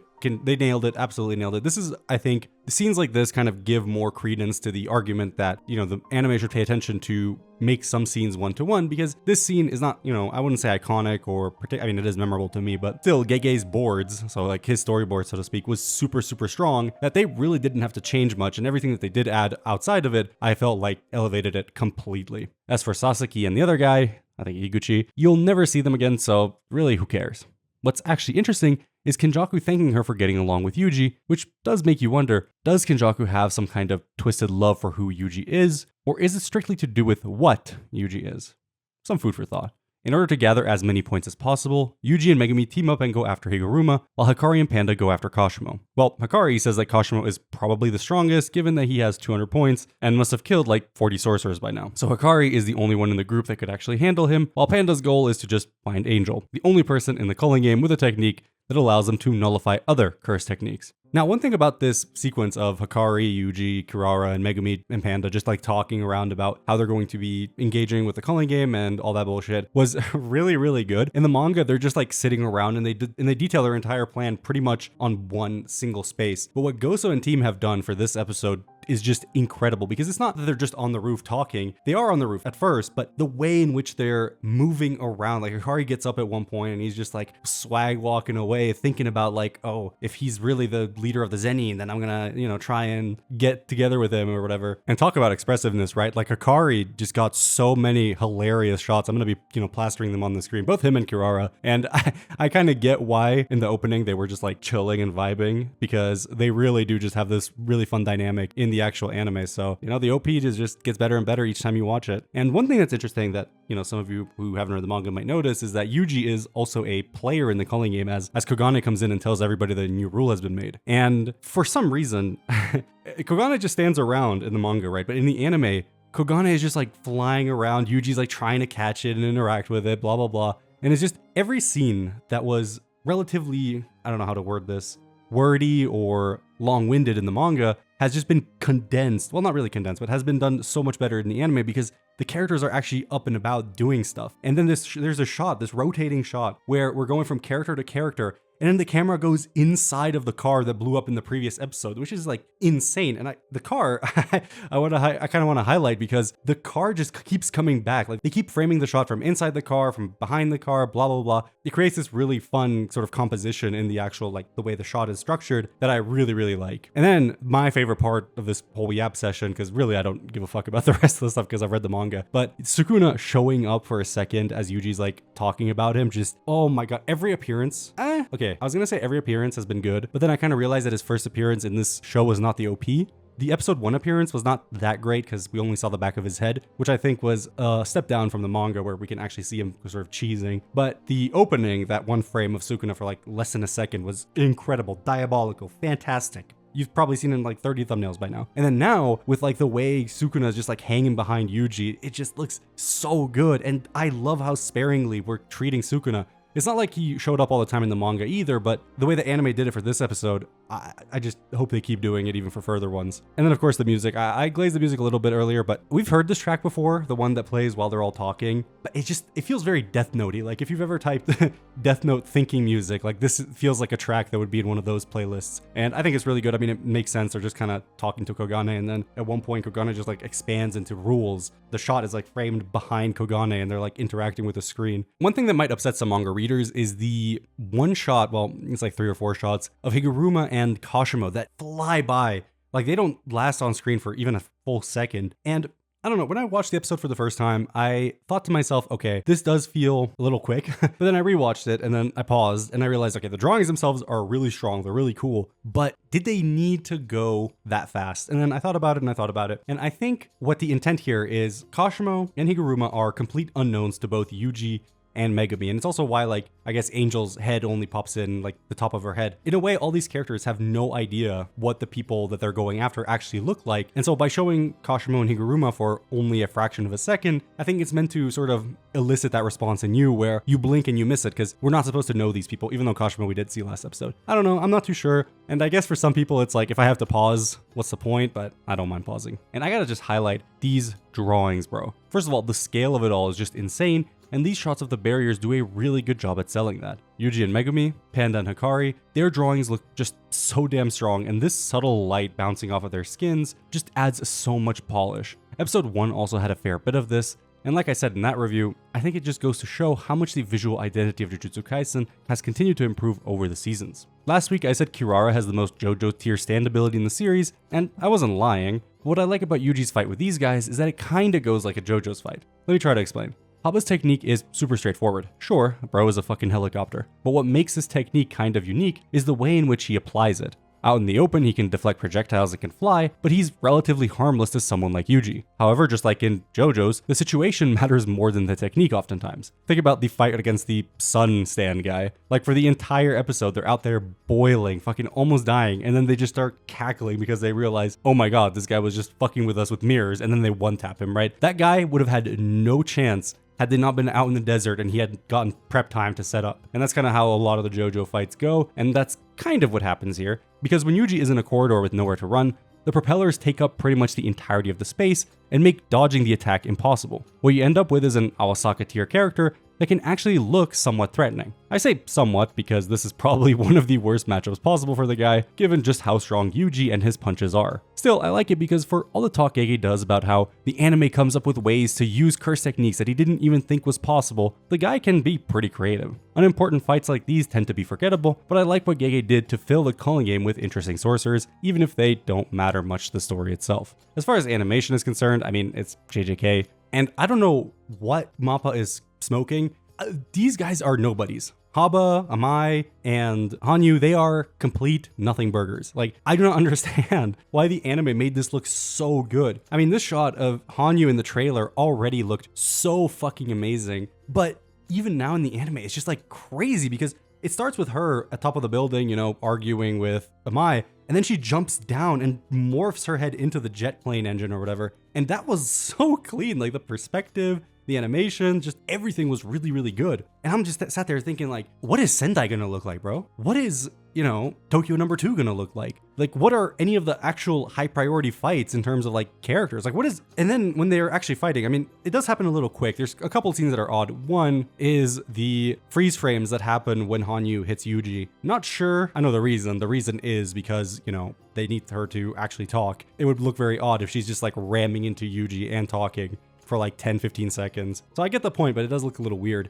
And then the other one is just the shot of Yuji tossing a rock at her or some debris. It goes by just a little too fast, I think. But realistically, like, it's fucking Hanyu, who gives a shit, right? The Yuji versus Haba fight, who asked to give this fight so much sauce, bro? Like, it makes no sense. Again, it goes fast because Yuji throws something at him and then it deflects off his head, but it's not as clear as in the manga, and that's just like a difference of the medium and the way they directed this episode. It doesn't matter. But the rest of it is just so cool. I mean, look at some of these perspectives, bro.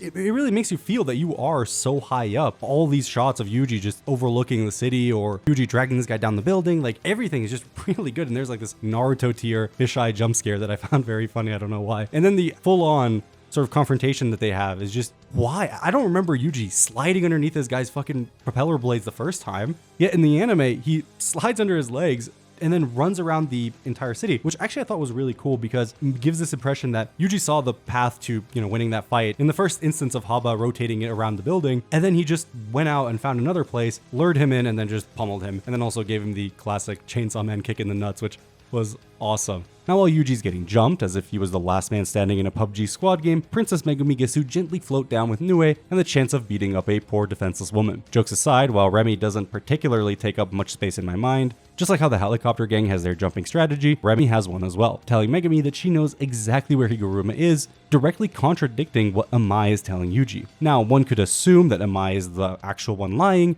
but given that Yuji just zero-diffed his entire goon squad, I don't think he has the balls to lie to him. Plus, Amai isn't actually nearly as cutthroat or conniving as the other calling game players, so it's not in his character to lie in this case. I brought this part up in my ISO breakdown, but in the OP you can actually see a sunflower on the wall in Amai's frame. This is a pretty big hint that it's he who is actually telling the truth, and I just can't believe still how ridiculous of an opening ISO is. This episode also had a fair bit of character acting that I thought was pretty solid. I don't think it's on the same tier of the episode 6, but in terms of like these minor characters feeling a little more alive, both Haba and Remy got some pretty good work done on them. And dude, Remy's voice actress is so annoying in like the best way possible. In the manga, Megumi seems a little rude, and I mean, yeah, she did attack him first, I guess, but hearing her voice, it's like, okay, if I had this fucking person trying to like seduce me like this with her like, that voice. More interestingly though was the scene of both Yuji and Amai, as well as Megumi and Remy walking down the streets.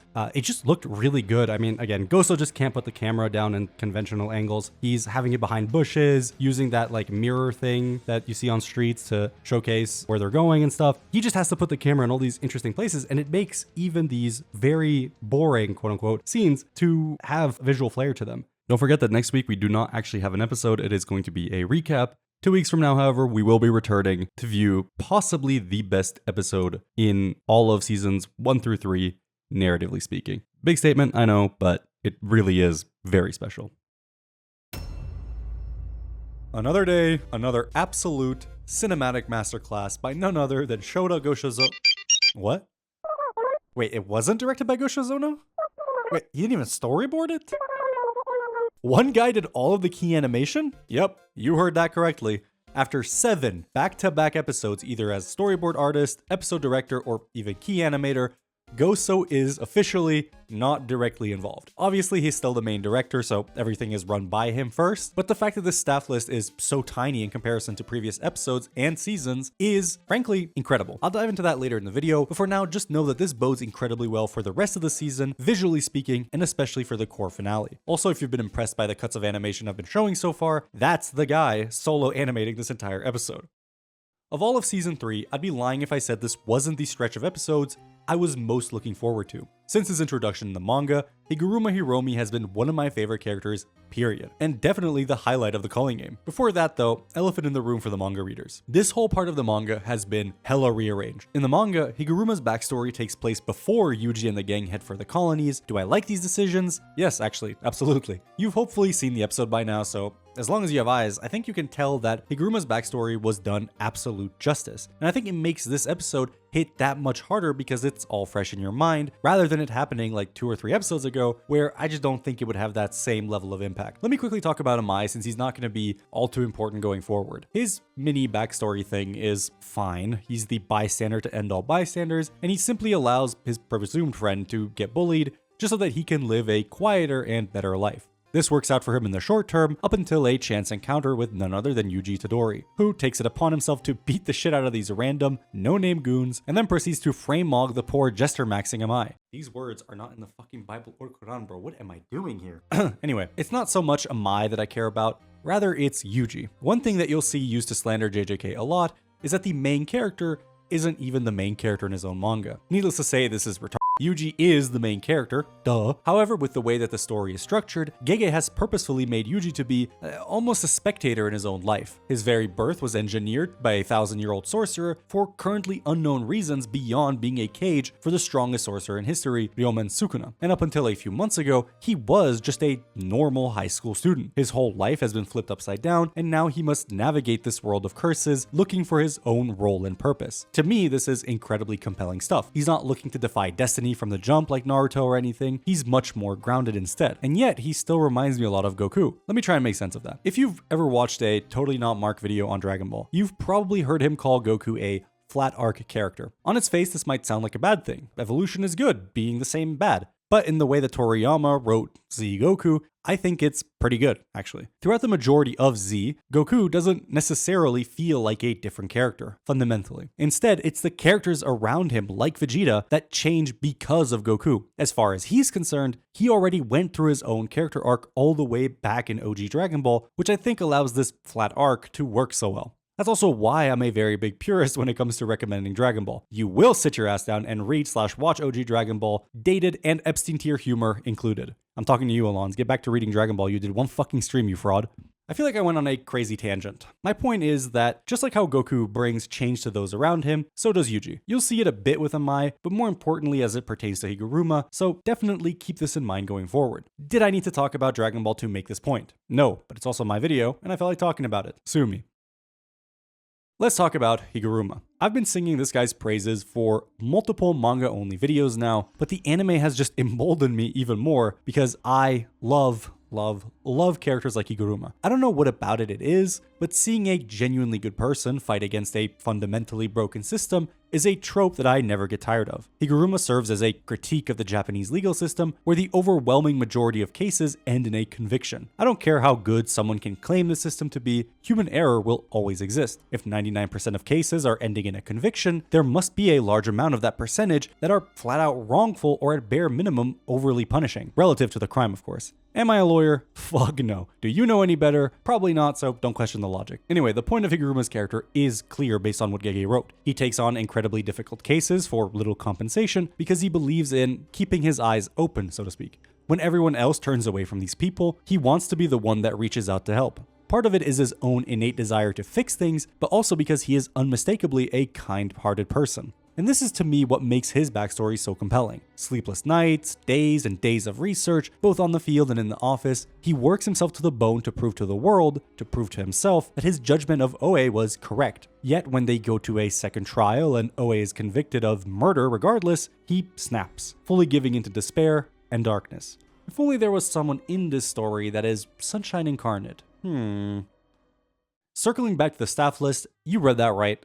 One guy. One singular person is in charge of today's episode. Does this mean that he's animating every single frame? No, that's what the 32 second key animators are for. Koki Fujimoto's job is to draw all of the keyframes in the episode, and think of those as the most important drawings. The job of the second key animators is to fill in the gaps. The in-between frames, maybe a bit of cleanup of his Genga as well. This setup though is phenomenal news for two reasons. Number one, the fact that MAPPA has put faith into one guy to spearhead an entire episode is, frankly, crazy glaze on their part. And to be honest though, he's earned it. Just look at some of his previous works. More importantly, it suggests that the production time for this season has been exceptional compared to its predecessors. Normally, key animators take on only a handful of minutes at most. So for a guy to do a whole episode, it just means that he's been given that much more time than usual. Two, and this kind of relates to number one, if they've been able to give Fujimoto enough time to solo an episode, that means that the rest of the incredible talent that's on standby because of it can be allocated towards other, potentially more important episodes, quote unquote. Yes, I'm talking about Sendai, that shit is gonna bang so fucking hard. This isn't to say that the rest of the list isn't stacked. The episode director and storyboard artist, Yosuke Takada, is incredibly talented, and a name I have seen thrown around as the potential replacement of Goso. Yosuke Yajima is the chief animation director, and this guy is the king of Jujutsu Kaisen corrections. He basically ensures that the quality of the drawings remains as good as possible, and I think you're starting to see the vision with some of these corrections that I'm showing you. He has a pretty distinct style, and once you look at some of his work, you'll get that Yajima sense going on in no time. The rest of the staff list I wasn't able to find full comprehensive info on, so I won't talk out of my ass. But if they've been entrusted with this super important episode, I have full faith in them. Well, I had full faith in them. This episode absolutely fucked. Beyond that, you've seen the episode, so you don't need me to give you any reassurance. This was amazing. Here's what I loved about this week's cinema. Since the flashback takes the majority of the episode, let's talk about that first. And out of the gate, I just want to say that the vibes in this flashback, I don't know what about it is, they are immaculate. The snowy setting, the cold and cramped office, the dull grays of the courtroom and the jail, it's pretty much everything I could have asked for. And I keep mentioning this in pretty much every video whenever a track in the episode kind of tickles my brain, you know? But this episode just had like banger music after banger music after banger music. I don't know what the fuck the composer was smoking, when he made these tracks, but they just hit so fucking hard. They were so nice. And then the animation itself, I mean, listen, I showed Kuki Fujimoto's work, so it was bound to be good, but I'm just impressed at the sheer quality of animation for really just a lot of mundane things. Like even the walking, when you had just normal characters like the cops when they were arresting Oe walking around, that was done so well and just looks phenomenal. The direction itself as well was, I would say, very Goso pilled. I think if you kept watching without knowing who directed what, I don't think you'd come out of this episode and be like, oh, that 100% wasn't Goso. There was a lot of stuff that you normally get from Goso that we got from Takada here, which just in the office, I adore the way the camera is positioned like above the fucking ceiling fan. So the ceiling fan is like spinning, rotating, and taking up most of the screen, but all the while down at the bottom, stuff is happening. You know, Shimizu is just like spinning around with her chair over and over again. And, you know, when it's then turn for Higuruma to show up, it also does the same thing where it's like put up above him while he's working on the computer or whatever. The fan, as it's spinning, is like coming into view of the camera. I don't know. I just find that kind of stuff really cool and creative. And both the character animation and the character acting themselves, I felt was really good. Like surprisingly good because it's one guy doing the entire episode. So I wasn't expecting, you know, all these characters, minor and major, to just be walking around and the animation to be keeping up pace with that. In the office, when they're about to leave, Higuruma gets up and he kind of like spins her around as he's walking out of frame. That's so cool. It's just awesome as shit. And when it's time for Shimizu to talk to one of Higuruma's old classmates or whatever, the direction, I mean, it's very, I don't know if I want to use the word limited because that kind of has a negative connotation. I think economical is maybe better because, again, one guy is solo making this. So any opportunity he can get to eliminate actual animation that has to be done, as long as it keeps the scene interesting, he needs to kind of do. And I really like the cafe scene for one reason, where it starts off with somebody changing the music on the record player, and then that's the kind of backing track that continues all throughout the next like 2-3 minutes. It just slaps so hard. And the coolest thing about that scene for me, it wasn't what was happening with them talking, rather this red car flashes through the screen and then boom, it transitions into like a fucking accident that killed a bunch of people. And that transitions to like a flashback of another person that Higuruma had defended in the past who had gotten found guilty. And man, I'm a big fan of that creative direction. Let's talk about a big deal, not big deal. The iconic meme panel, it did get changed. What I do like about it though, rather than it being a one-off change, it is a one-to-one with what he does later in the bath, where he's got the same pose going on, right? So it makes it seem like this is kind of one of his, I don't know, his stims?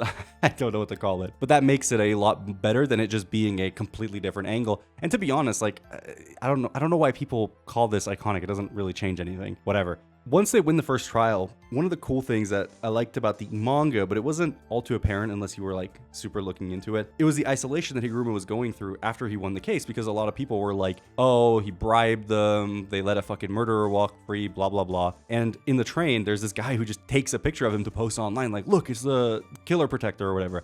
I thought that was really, really cool. And one thing I gotta say, by the way, I've said it before, and I'm probably gonna keep saying it all throughout the season. Some of these VAs who get these minor roles, they are out there to prove something, because Oe, his little breakdown almost where he's crying in front of Higuruma because he's the first one to actually believe in him, I thought was really good. Just the guy sounded phenomenal. So props to him, whoever he is. But to build on top of that, with Oe specifically, there's these shots of him being sent away to either jail or to the courtroom. And it's like a tracking shot, I guess, where you see him handcuffed. And it's just a complicated ass shot, I feel like. I don't know. I'm not an animator, but looking at that shot, it's like, how the fuck do you even begin to draw this? And look, I'm biased as well sometimes, right? I want my one-to-ones on certain scenes. I needed the anime to capture the intensity of hatred, betrayal, exhaustedness, whatever, that Oe had in this moment to be captured perfectly in the anime. And they just went the one-to-one route. They nailed it, bro. Look at this drawing. It's fucking insane. It looks awesome. As for Higuruma, though, in this moment, we get that flashback of a flashback where he's talking to one of his colleagues, and she asks him, like, why do you do this, blah, blah, blah. And he says, like, he wants to keep his eyes open as long as possible. And then, boom, that exact same frame immediately transitions back to the courtroom. So I guess a flash forward and a flashback. Why do I confuse myself? And I just thought it was really cool, because at that moment, Higuruma is talking to himself like, okay, I want to keep my eyes open. Boom, here's the moment where Higuruma is gonna effectively close his eyes as Judgment begins to form.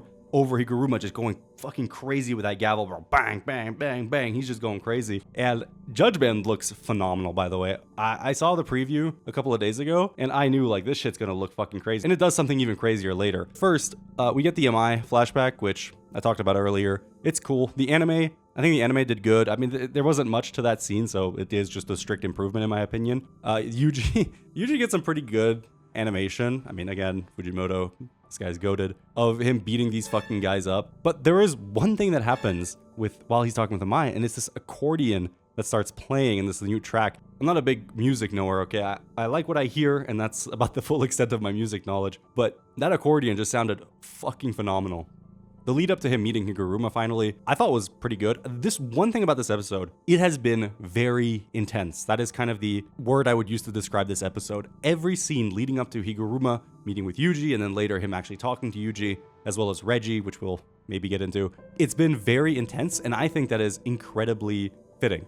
And I want to get this out of the way now. The bath scene was not a one-to-one. Look, the pose in the manga, I think, goes fucking hard. But the direction and just the overall scene as a whole in the anime is 30 times better. It is incredible. I do not know who Higuruma hired to fill up a bathtub for him and bring it up on stage, who he hired to put the spotlight there, and who he fucking hired to be on projector duty so he could aura farm on Yuji. First of all, very creative because the director is, you know, basically putting on like a movie behind Higuruma. So, I don't know, on the nose, I guess. But the way the colors have been all throughout the season, every setting has had a different vibe, a different color, a different mood to it. And I think it's been flawless. And this episode, just chef's kiss, bro. When the colors started changing, like the red, the oppressive red just covers the entire theater. That shit looked phenomenal. And my favorite part, bar maybe none, is Higuruma getting out of the bathtub. Bro, he takes his hands out and then Judgman's face starts coming out of the water. That shit looked so good. Am I crazy? Am I the only one that thinks that's like one of the coolest shots in this episode? I don't know, bro. And the way in which Higuruma's VA, who I haven't talked about too much, but I think he's done a really good job at Higuruma so far. I can't wait for next episode because Higuruma does get some very animated lines in the next episode, which I'm very much looking forward to hear. But the way in which he's like doing his little gag, like, I need you to pay me this much money before I can talk to you, like, it's good. It's like very nicely timed comedically. And when he walks out of that bathtub and just quietly says, Yoiki Tenkai, and then there's a helicopter outside of my room. What the fuck? Wait, I gotta take a picture of this. Hold on. Okay, I guess I'll put that in the video. There's a helicopter right outside my apartment. Okay. I'm lost. What was I gonna say? And then the gavel just banging over and over and over again to kind of call back to that scene in the flashback. Just perfect. And if you recall the Yaga episode, or I guess the Hakari episode, where Yaga is confronted by Gakuganji, and as he's like playing his guitar, every time he strikes the chord, the light turns on and off and on and off and on and off. It's the same thing here, where every time Higuruma is smacking the gavel and the domain is forming, the lights are just ever shifting, and it just looks incredible. Incredible, incredible, incredible. 10 out of 10 adaptation for this. But there's one last thing I want to talk about, and that is Kenjaku actually is the final person we see in this episode, which I found very interesting. I like it because it's kind of connecting to Aizo, the opening. A lot of the visuals are the same as Aizo, where that nuke is being dropped. And then what I like about it, though, is that there's no dialogue. There's still sound, but it's just this oppressive sound of a nuke being, I guess, exploded. And you can hear nothing but that nuke, I guess, exploding, which just really added to the intensity of this episode. And yeah, 10 out of 10. In terms of direction, this is easily my favorite episode. I feel like I'm forgetting someone. Oh yeah, Megumi, too, is in this episode. Yuji Itadori stands accused of mass murder in Shibuya on October 31st, 2018. ああ、俺が殺した。これは嘘でも否定でもない。 This right here is probably my favorite Yuji moment in the entire series. Let's talk about episode 56. Before I dive into this absolute beast of an episode, visually, musically, voice actingly, I've got 3 things on my mind first. Number 1, Higuruma. Number 2, Yuji. And number 3, the government-mandated anime adaptation talk. Really feel like I'm turning into Bart from that one episode of The Simpsons. Say the line, Bart. Any anime studios out there looking for a premier voice actor, do not be afraid to reach out. Let's start with Higuruma. I think this episode helped solidify just how awesome this guy is. While last episode we saw a middle-aged man that's a little bit crazy, this time around we get to see the true depth of the darkness that Higuruma finds himself swimming against. It's devastating to see a man that believes he's been abandoned by Lady Justice herself choose to now turn his back on the people he even does this whole thing for. Yuji came in with pure intentions and sought out his help in ending the culling game, but Higuruma gave him the cold shoulder instead. It's only by fighting against Yuji and seeing the true essence of his being that Higuruma begins to waver, and by the end of the fight, Yuji has practically fully won him over. I'll get to Higuruma's big speech a little later, because first I want to dive into Yuji and what he represents in this fight. The way I'd put it is that Yuji is a mirror to Higuruma. Higuruma went about life with pure intentions and a genuine desire to do good, but once the going got really fucked, he ended up killing the judge and prosecutor and becoming a ruthless culling game demon, killing around 20 sorcerers by the time Yuji confronts him. Speaking of confrontation, it's when Yuji blames himself for the events of Shibuya that Higuruma begins to stumble. For what he sees in Yuji is someone who, like him, went through something terrible, and not to trauma scale or anything like that, but Yuji's got like 500x the trauma. However, despite all of the pain and misery that he has to shoulder, Yuji doesn't give in to the darkness like Higuruma did. He continues forward with his unwavering eyes that convey a childlike innocence that still manages to hold strong. So when Higuruma calls everyone else ugly and that even when you shine a light at darkness, there is only more darkness, bar by the way, he's talking about himself and himself alone. He tries to scapegoat Yuji and the rest of humanity, but in the end, Yuji's determination and pure heart is what gets him to deactivate the sword and let Yuji win. It's just so peak, man. More on this fight in a second because the visuals and music were absolutely perfect and accentuated some of these scenes beautifully in my opinion. We've got more important stuff to talk about though, like how the anime fumbled by not zooming in on Yuji's face during his confession compared to the manga. 0 out of 10 adaptation, literally unwatchable. Look, I view the experience of watching the show as the most important factor in the adaptation. Is the anime conveying the same feeling and reading of the manga? If yes, then good. If yes and 1-to-1, also good. If yes and not 1-to-1, but it adds a different, unique spin that keeps the original intent intact, super yes. While I think the original panel has more intensity to it by virtue of it being a still image plus more zoomed in, the anime take is much more layered in my opinion. In the anime, Yuji is zoomed out a little more with a bright yellow spotlight over top of him. On one hand, it's his crimes, quote unquote, being put on trial, and on the other hand, as it relates to this frame of Yuji, he is deliberately zoomed out to make him look and feel visibly smaller. While Yuji shoulders this giant burden since Shibuya and still manages to crack a smile and have fun here and there, once he's put on the spot, all of it is stripped away and what we're left with is Yuji's true self. So I think the anime not sticking to the manga absolutely 1-to-1 here is actually a big improvement, and that's not even to mention Junya Inoki, who has been the voice of Yuji, because this man has been phenomenal all the way through, and this scene is just another Thursday for him, I guess. Now we can talk about the visuals because, whew,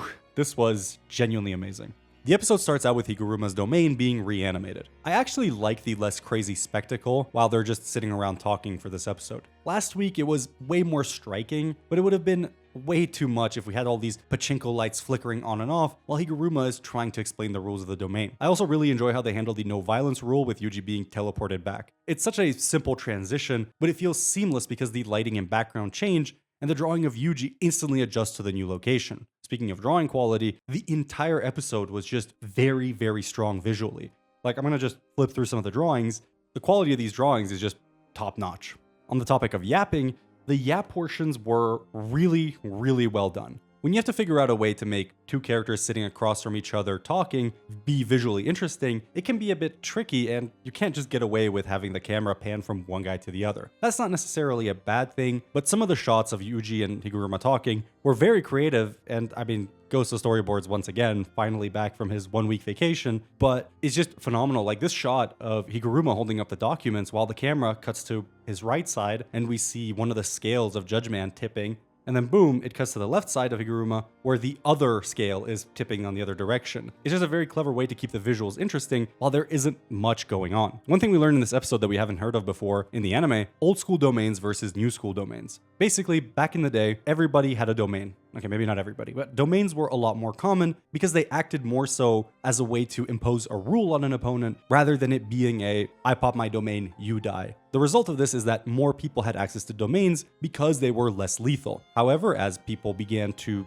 chase after this I kill you domain archetype, they became less and less rare because the difficulty in creating a one-shot, one-kill domain is a lot higher than it is to just make one that says, hey, if you step out of this ring, then you lose. And Yuji himself just was so expressive in this episode, especially when he's rattling his two brain cells together to try and figure out how to even get away from this because, you know, he can throw punches, but when it comes to anything intelligence-based in a more academic situation, he is clueless. He is hopelessly lost, right? And I find it super funny that Yuji is just a gambling guy. I don't know why, but Yuji being a degenerate gambler that goes to pachinko parlors, even though he's not over 18, is just such a funny little character trait for him. And I don't know, I find it very endearing.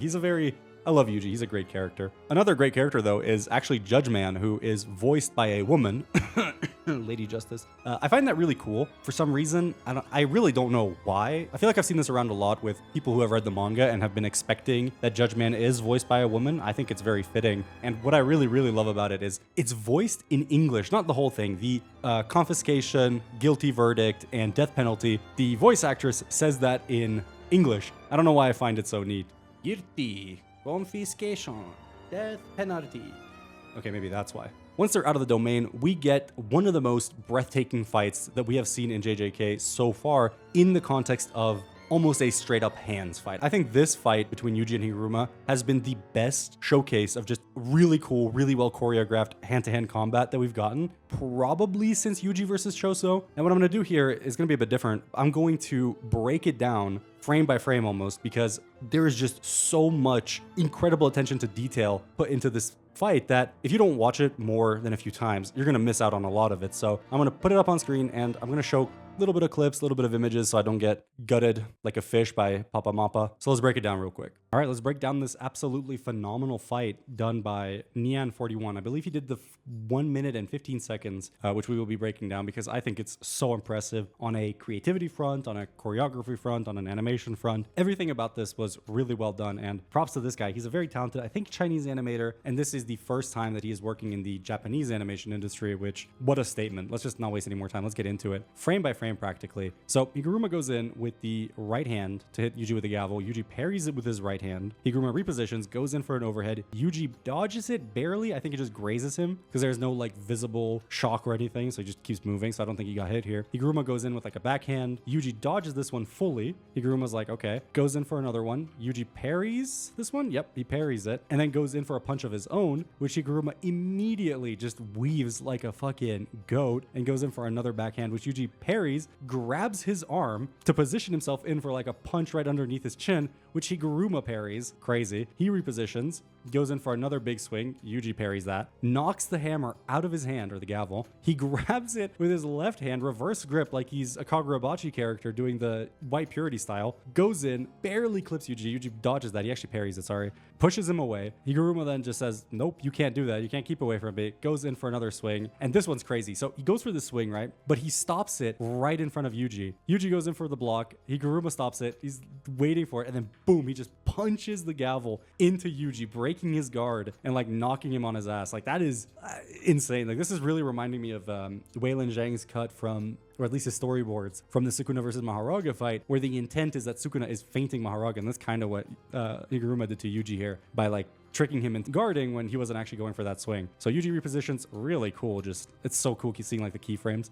He flings it, goes for a yeet at Yuji, and Yuji obviously, I think parries, no, he grabs it and throws it back at Higuruma, and this is just aura on another level. He's like fixing up his collar and tie, doesn't even bother grabbing it out of the air, by the way. He just goes, poop, now it's in my hand. Goes in again, throws it at Yuji, misses, makes it disappear and then reappear on his other hand, throws it again, repeat, rinse and repeat until he decides, fuck it, I've had enough, goes in for another punch or another big swing. Yuji dodges that. Really cool animation, dude. This is so good. Like, look at that fabric animation. So clean. Another really cool, like, little flourish, little spinny move. Goes in for another swing, throws it at Yuji. This one's cool. This is cool. So it's a small gavel, right? And Yuji goes in for a dodge, but in a display of Higuruma's just raw, innate talent as a sorcerer, he makes it expand in the middle of a traveling, and boom, it hits Yuji square in the face and knocks him out. Really, really creative stuff. Makes it disappear. I don't know if you noticed there, but like just really cool attention to detail. Look at the gavel. It goes boop, and it's gone because now it's back in Higuruma's hand. And I think he's just immediately going after Yuji again. Yep. So he has it in his hand. Really cool flippy move. Like, look at that. That is so wicked. Yuji dodges that. And this is, I believe this is Nyan's take on this scene from the manga. One thing I like about the manga is that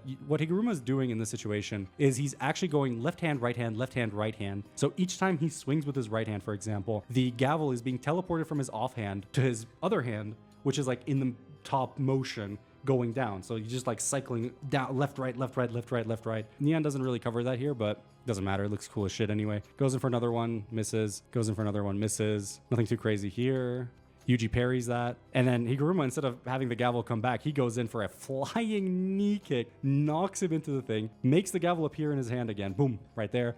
Goes in for a swing, misses.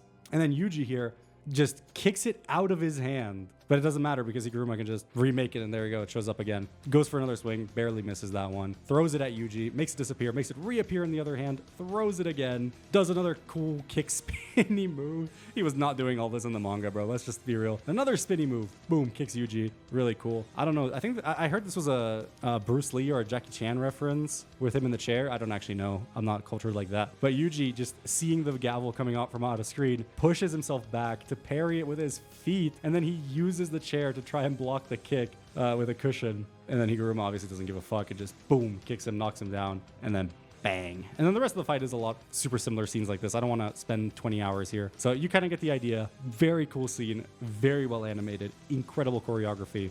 Mwah, chef's kiss. I briefly touched upon it earlier, but yeah, the I did it, I'm not trying to deny it scene. It hits like crack. It hits like crack when I read it in the manga. It hits like crack when I watch it in the anime. This is probably my favorite Yuji moment, at least top 2, top 3. It's perfect. It is the perfect encapsulation, and it's the perfect conclusion for the guilt that Yuji has been racking up since Shibuya, that has been building and bubbling underneath since season 3 began. Gege was on fire when he came up with this fight and when he came up with this conclusion for Yuji. It's not like Yuji goes on from this fight and comes to terms with what happened. It's just a really cool way to both have Yuji influence Higuruma, but also have Yuji kind of realize that maybe it's not me who should take all of the blame. I won't speak on that too much, but this is such a pivotal moment for Yuji that I'd be surprised if anyone really didn't like it. I don't know. Let me know in the comments. Once they're out of the domain though, Yuji and Higuruma's final ballad, their final fight, is, to borrow a term from Radman, it was sensational. The music was phenomenal. La la la la la la la. I'm so sorry. Just perfection. It reminded me of Ganymede Elegy from Cowboy Bebop, the chase scene between Jet and his ex's new boyfriend. And why did it remind me of that, you might ask? Literally just because of the la la la's. I'm going to keep it $1.50. That was the first thing that popped into my mind. It's such a beautiful track. It's haunting, it's somber, and a perfect sort of encapsulation of this fight between Yuji and Higuruma, where Higuruma is completely mentally fucked because he's talking about all this, you're ugly, you're bitchless, humanity sucks, while Yuji is just unwavering, going in for that punch. It's just super fitting in regards to the mental state of both Yuji and Higuruma. Such a good decision to have it be this slow motion shot that gets, I don't want to say carried by the music. The visual spectacle is amazing. Not a big fan of all the 3D chairs. They do look a little out of place. The puke green background at certain points looks a little odd to me. But outside of that, once Yuji lands that punch and then all the fucking cameras light up on top of him, it just looks, again, who the fuck is working the stage lights? Like, who is sitting there and thinking, all right, guys, we got to get the lights on Yuji. 3, 2, 1, go. Like, who is doing all of that just to make this such a beautiful visual spectacle? 10 out of 10. I don't know what to say. 10 out of 10. Once the dust settles, Yuji and Higuruma have their final discussion on top of the stage, and might I say, it's staged beautifully. I'm kind of glad we didn't get this flashback panel of Higuruma killing the judge and prosecutor, and instead we cut straight into black when he says his final line. I actually really appreciate when a show doesn't treat me like an idiot and allows me to figure out stuff on my own. We do get an after credit scene where Yuji and Higuruma part ways, and it's actually a low-key sad scene because after all of that, you know, even bonding with Higuruma a little bit post-fight, Yuji is still left alone, and I find that deeply troubling. Next week, we've got Potential Man versus Receipt Guy. Look forward to that one, I think. Can you believe I got a Twitter DM from a person mad at me because I make fun of Megumi sometimes? Let's get the glaze going because Megumi's performance in this week's episode and the next will be legendary. Megumi vs. Reggie and his gang is probably the most underrated and underappreciated fight in the entirety of the Culling game. A 1v3 later turned 1v1, it's the perfect setup that allows Megumi, and by extension his technique, to truly flourish in a way we haven't seen since his fight with Toji, from the anime specifically, I think. Every Shikigami that he has under his control is used flawlessly, and his battle IQ, which is one of Megumi's biggest selling points, is at an all-time high. We'll get to that in a moment because the anime did rearrange a few things, and frankly gave Megumi even more aura, but I want to highlight something that has stuck with me since I first read this in the manga. It's no secret that Yuji is an empathetic person. He lets Naoya off the hook in the flashback because he wasn't directly involved in bullying this little guy. Despite getting jumped by Haba and Hanyu, he merely knocks them out instead of offing them completely. And of course, last week we saw him fully take the blame for an event that we all know wasn't his fault. Contrast that with Megumi, who verbatim says that he's not like Yuji, and that he has no qualms about killing people that get in his way in order to save his sister. And he does. Hakari is out here trying to kill Megumi, only to be met with a sword to the face and an announcement of 5 points have been awarded to Megumi Fushiguro. He's just so raw in these episodes, I can't even come up with anything slander-worthy to say. The reason I like this so much is because it harkens back to what Gege believes the message of his manga is. If there was one thing to mention, it was that no one holds the ultimate truth, the good guys as well as the bad guys. Some seek to kill the hero out of pure selfishness, but others are led to this decision by logical reasoning. If no one is really right, then no one is wrong either. Each character is guided by his own ethics. Yuji chooses kindness, Megumi violence, and yet neither is wrong in the broader context of Jujutsu Kaisen. In regards to the fight itself, which I'll do a frame-by-frame breakdown of since you guys seem to enjoy that last week, I love it. I called the Kirara fight a JoJo's fight, and it is, in spirit, a convoluted technique that you need to outsmart in order to bypass, but as far as Reggie is concerned, his technique isn't even close to being complicated. But the ways in which it can be used are effectively infinite. It's not that he can just summon physical objects like Vespas or drones, but also enact a shittier version of RCT by resting at a spa for 3 days, or whatever. As long as it's a printed receipt, the interpretations of the technique become so varied it's not even funny. Like, what if he got hold of a US weapons contract? Can he just summon a F-35 Lightning? Or if he gets an expired gym membership, does that mean he can just get the benefit of a whole year's worth of weight training? There's so much to his technique, and I think, 1, Gege did it justice in the manga, but 2, the anime just has such an easy time coming up with their own ideas, kind of like how the anime version of Sukuna vs. Maharaga pushes the adapts any and all phenomena part of Maharaga to its very limit. I've beaten around the bush for long enough. There's something that needs addressing, and it's not Megumi's elephant. The full introduction of the greatest character ever created, Fumihiko Takaba. Armed with his patented Wi-Fi joke, no one in the audience laughed. Let me get this out of the way first. Takaba's jokes are, by design, not meant to be that funny. So if you're an anime only feeling left out, don't be. It gets resolved later on. However, that doesn't stop the spectacle of it all from being hilarious. A half-naked, yes, as cock and balls are hanging out from there, terrible comedian coming in to not only save the day, but absolutely cave Hazanoki's face in, I'm afraid is peak. Jujutsu Kaisen is a pretty dark story overall. Following the events of Shibuya, there aren't many moments of genuine levity, and that's obviously by design. With Todo being out of commission and everyone else taking part in this death game, there aren't many opportunities to laugh at the absurd. Enter Takaba, whose entire goal at this point is to make us laugh, or at the very least lighten the mood with his ridiculousness. And I don't know, you tell me, how's he doing in that department? Anyway, Takaba is goated, but the episode is centered around Megumi for a reason. Quickly though, Hazanoki. He's low-key kinda cool, and I feel like no one really talks about him, so I'm curious what the anime will do regarding his reputation. His curse technique allows him to blow up his body parts. The bigger the body part, the bigger the explosion.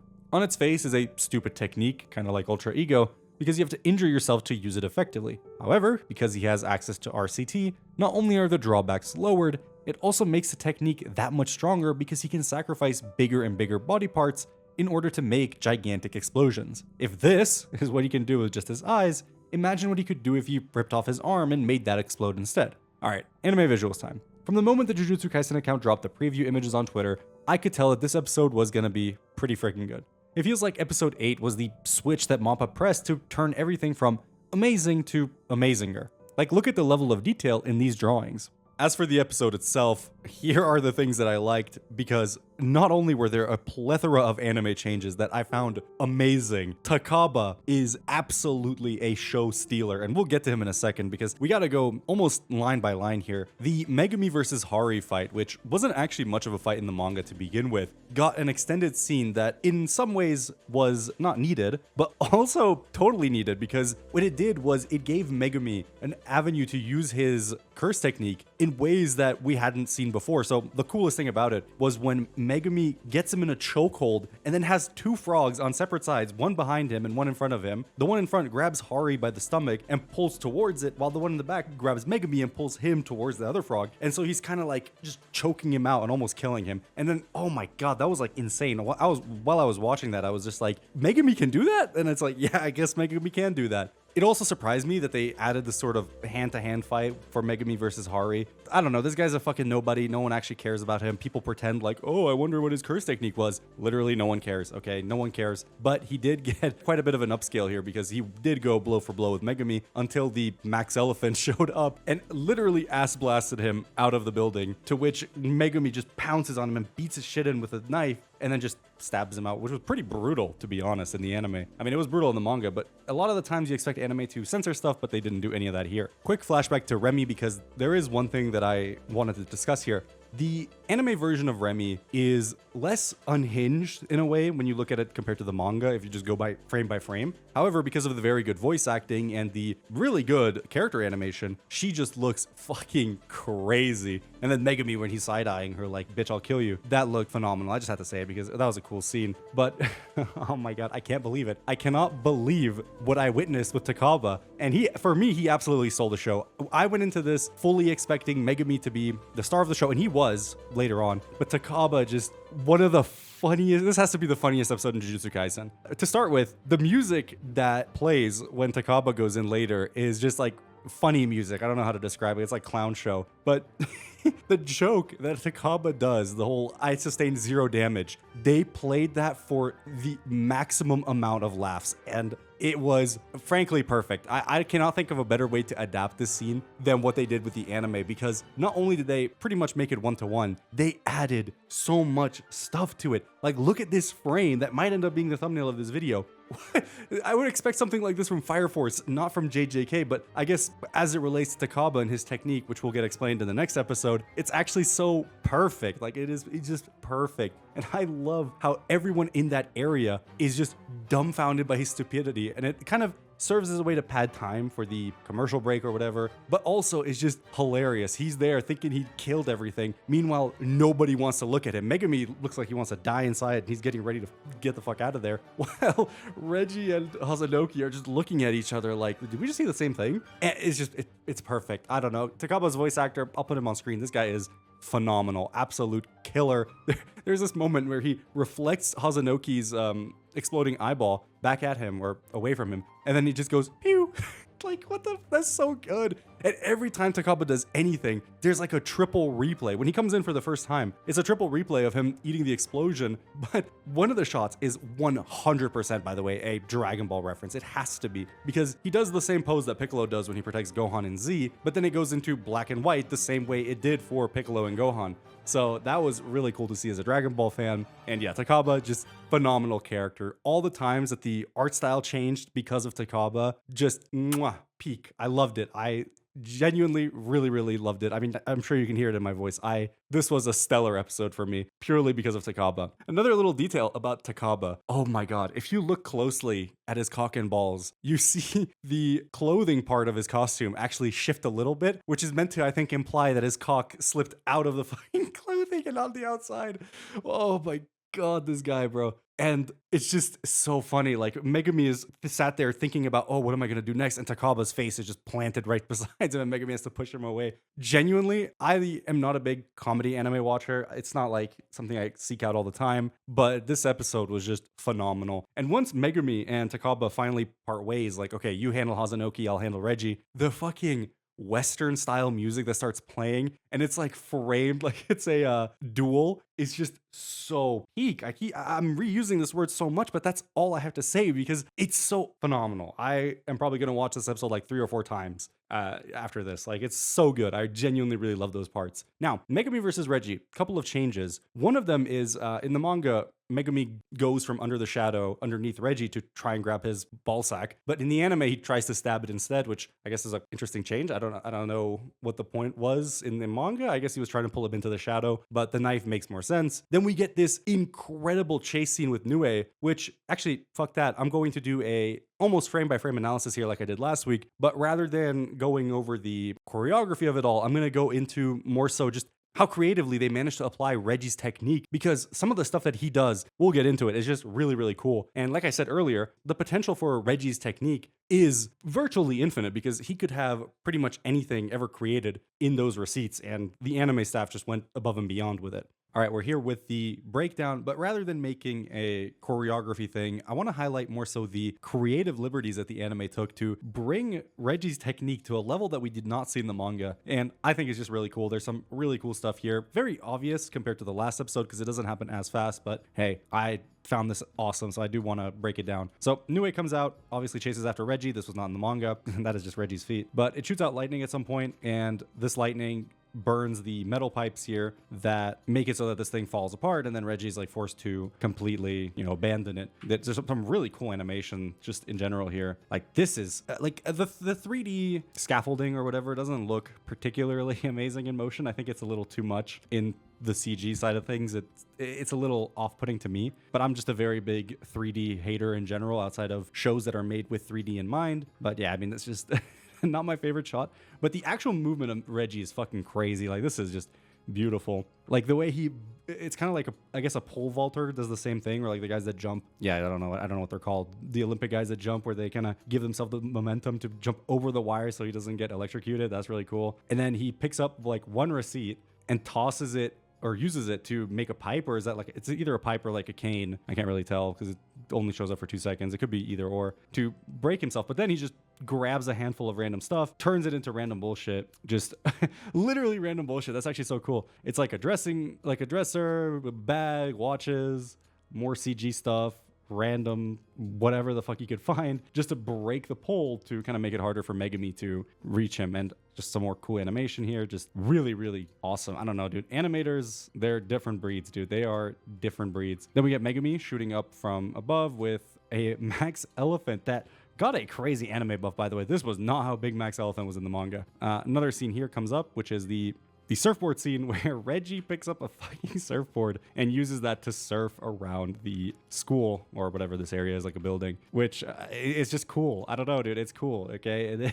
It's wicked what he's doing. And here, this is just crazy. He throws these 2 receipts. They become cinder blocks, I'm pretty sure. Yeah, you can see them here.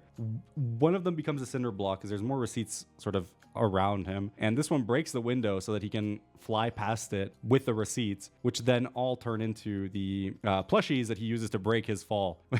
I mean, it makes sense. And then here, I think he just grabs a bunch of random stuff. Yeah, let's see. He like grabbed a few receipts, takes a stapler, and just staples them on top of him. And I don't know Japanese, so I don't know what any of these say, but I'm sure someone could let me know in the comments. Then he uses the bouldering rocks, which, okay, bro, whatever. Like, sure, why not? And just uses that to get out of there for some extra mobility. After that, he uses this blanket, or it's like a sheet of metal or something. I don't know. Reggie's technique allows him to kind of manipulate the things that he creates. So I guess he could maybe bend the metal that he summons, maybe. I don't know. Then here he summons another pole to break his fall. And of course, after the fact, he just drops a piano on Megumi, which this is the most Looney Tunes ass fight I've ever seen. And then Megumi uses his rabbits in a way which is very similar to Jogo from Shibuya, actually. That, I mean, nice upscale for Megumi. I like that a lot, actually. So tosses it at Reggie, does a bunch of damage, but it actually doesn't hit him because Reggie is just completely out of there. So I do want to quickly break down the gymnasium scene a little bit because it went by very fast for me. So this is more so an opportunity for me to kind of figure out myself, like what exactly happened. So Megumi gets these trucks thrown at him,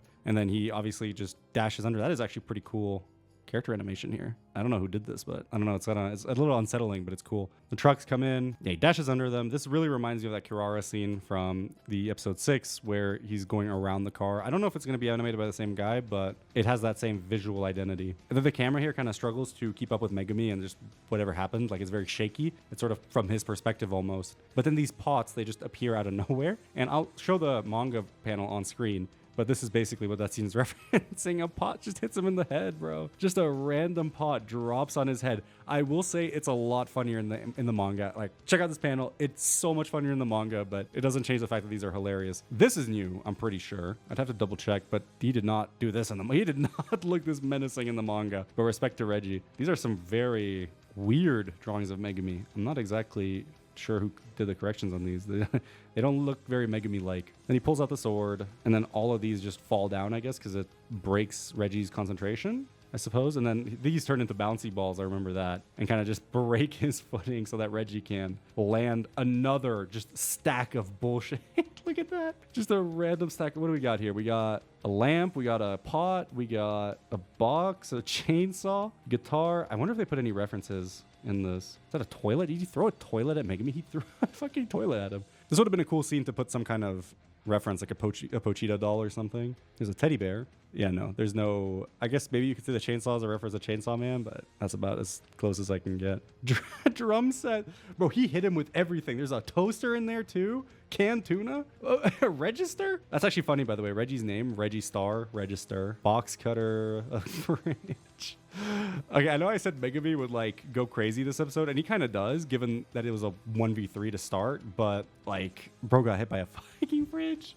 Anyway, not as cool as the last week in terms of just choreography, but I don't know. I found it funny. And finally, we get to the gymnasium, which is insane sequence. I mean, the two trucks come in, Megumi dodges underneath them. This is the second time now in this season where we've had this really cool animation style. I'm assuming it's the same guy that did it from the Kirara episode because it's got that same flair to it, or at least they used the same visual style for this portion, and it looked great. However, there's one thing about it that maybe on rewatches I'll change my mind, but it did feel a little quick. And alongside the crazy CG explosion that Hazanoki did all the way in the beginning of the episode, there's a couple of things here that I don't like, but overall it's pretty good. And I find it funny how Reggie's things, like all the items that he has created, just poof out of existence like they're despawning items, which is funny, a little lazy maybe, but it does kind of fit in with the whole culling game aspect of the arc, and the way the anime has presented those elements so far also reflects that, so I don't really mind. It's not like a big deal, you know, I don't need them to explode into big clouds and fuck off from there. And of course, the final part of the episode, which is probably the coolest part, maybe, is Megumi opening his domain for the first time since Shibuya, but realistically the first time since season 1 where he's actually had the domain open, and we're getting to see its effects next episode. Very beautiful. The way it's like zooming out, and then you've got these hard lights that almost light the path towards Megumi. It looks phenomenal. And then this blue hue, once the almost heartbeat of his domain just pulses and everything changes into this blue hue, looks phenomenal. And when I saw that episode ended there, dude, I was like, oh, I was prepared for that, but it still made me sad in the end. Next week, we'll get some more TAKABA hijinks, but more importantly, Megumi will show more of his potential. Potential Man finally lives up to his potential and even uses some of that potential energy to bring in one of my favorite animators back into the series. Listen, I just couldn't think of a cooler way to tie in the two thoughts together, okay? Okay. Anyway, Keiichiro Watanabe does make an appearance this episode, and as one of his numerous glazers, I gotta say that I was underwhelmed by his cut. Relative to his previous work in Jujutsu Kaisen, don't jump me for that, okay? But I'll get to that in a second because there are a few things that the anime did this week that I actually like a lot. Starting with Hollow Wicker Basket. This is basically Simple Domain before Simple Domain was a thing, and I like the pink color that it's got going on. In my head, I always saw it as more of a, I don't know, wood style color. Functionally though, the technique can be used to nullify a domain's surehit, which, while mighty useful normally, unfortunately does nothing against Megumi's incomplete domain. Since against a real domain you at least have the option of canceling out the sure hit and potential sure kill, in this situation though, Megumi's incomplete domain is actually way more powerful. Unless you're much stronger than him and can just beat his ass, he's gonna instead jump you with his shadow clones and other Shikigami, beat your ass half to death, and then drown you in the shadow. Speaking of, Reggie was already getting his shit rocked in the manga, but Megumi really put belt to ass in the domain. At one point he even had the guy tied up and was just wailing on him. And this is where the anime deviates because it gives Reggie a lot of sauce that he didn't have in the manga. I know some power scalers are foaming at the mouth to talk about how this is a Megumi downscale because the anime version makes the in-domain fight look a lot closer than it was in the manga, but here's the thing. The intent of the scene is to show Megumi overwhelming Reggie with the shadow clones and the Shikigami. Whether Reggie gets a few hits in or a heal during the fight doesn't functionally change anything. Back to Watanabe. Look, I can't lie. this is not my favorite cut in the slightest. It doesn't help that the compositing and dark background make it even harder to see, but the animation itself, I feel, veers too heavily on the side of expressiveness at the sacrifice of readability. And to me, that's a big no-no. The anime version of his cut in episode 2 was also kind of butchered by the compositing, but at least there I felt that the raw animation quality was some of his best work. It hurts to be harsh on my goat, but this is how I just feel right now. And I think for this week's sort of breakdown, I'll do it now, where I'm gonna go over the cut and I'll show you what I like, what I don't like, and then kind of piece together what is going on, because there is a lot of, in my opinion, readability issues with this cut in particular. So this is where Watanabe's cut begins, and I mean, you can already see by the classic sort of Watanabe distortion of the characters where they just look like amorphous blobs just zipping through the screen. So let's just go through it. And look, I think there are good things about this cut. Like, I think this shot is fine. Like, I think it's good. There is like a decent readability between the background and the characters. Like, you can tell that this is Megumi running across the screen. He's Naruto running. I like that the other Megumi is kind of almost struggling to stay upright because of how fast he's going. There's some cool energy in that shot, and I just started the entire thing over. Oops, 1 second. Okay, we're back. Technical difficulties. Anyway, we're gonna go frame by frame again. So, like, these are cool. I've always liked this kind of stylization, and it's fine because it's readable. You can kind of see, you can tell that it's just Megumi running across the screen. And I don't know what led to this cut feeling so unfinished. I don't know about unfinished is the word I'd use, but so rough around the edges. Maybe the time crunch is catching up on them because it is the end of the season. That is usually when most productions, I don't want to say fall apart, because the rest of the episode I think is fine, it's good, but it's just, he's probably going to be showing up next week if I had to guess, because that is Sendai, and there are, based on the previews, there are a couple cuts that look like they could be from him. So I think it's pretty much confirmed that he's going to be the next week as well. So I wouldn't be surprised if he's been spread thin and had to make sacrifices here so that he can succeed in Sendai. And you know, I'll put it on screen, like, this is a fucking legendary animator at this point. Like, there is no doubt in my mind that this guy could make some crazy shit, and it just feels like a sort of weird underperformance by him at this point. Anyway, let's keep going. So Megumi's running, just really, really cool abstract sort of shapes and stuff, but he's just like floating around, and you know, it's like, okay, so far it's still fine, but here Megumi is like sliding, you know, in the domain, and then here I think he gets, I haven't seen this in a while, I think Megumi gets under him and like spins him around, like that one shot from Sasuke and Naruto versus Momoshiki with a sword. I think that's kind of what I was getting at when I first watched this, because I cannot tell what the fuck is going on here. Like, things are just rotating around. Okay, so he goes for a kick, I guess, maybe. Okay, he's under Reggie, he's like spinning around, Reggie's also spinning with the legs, and then I think he gets kicked up. Okay, yeah, it is kind of like the Sasuke thing. But when you play this in normal speed, and I'll do that later, it is so hard to follow. The thing about Watanabe is that sometimes his work can be hard to follow, but usually it flows really, really well. And even if you can't really tell what's going on as far as the character models are concerned, in terms of the actual motion, it is pretty easy to follow through with it. So this just does feel pretty uncharacteristic for his work in general. And I mean, don't ever pause that animation because you'll see stuff like this, but this is just vintage Watanabe. So I have nothing against this, right? This shot's pretty cool.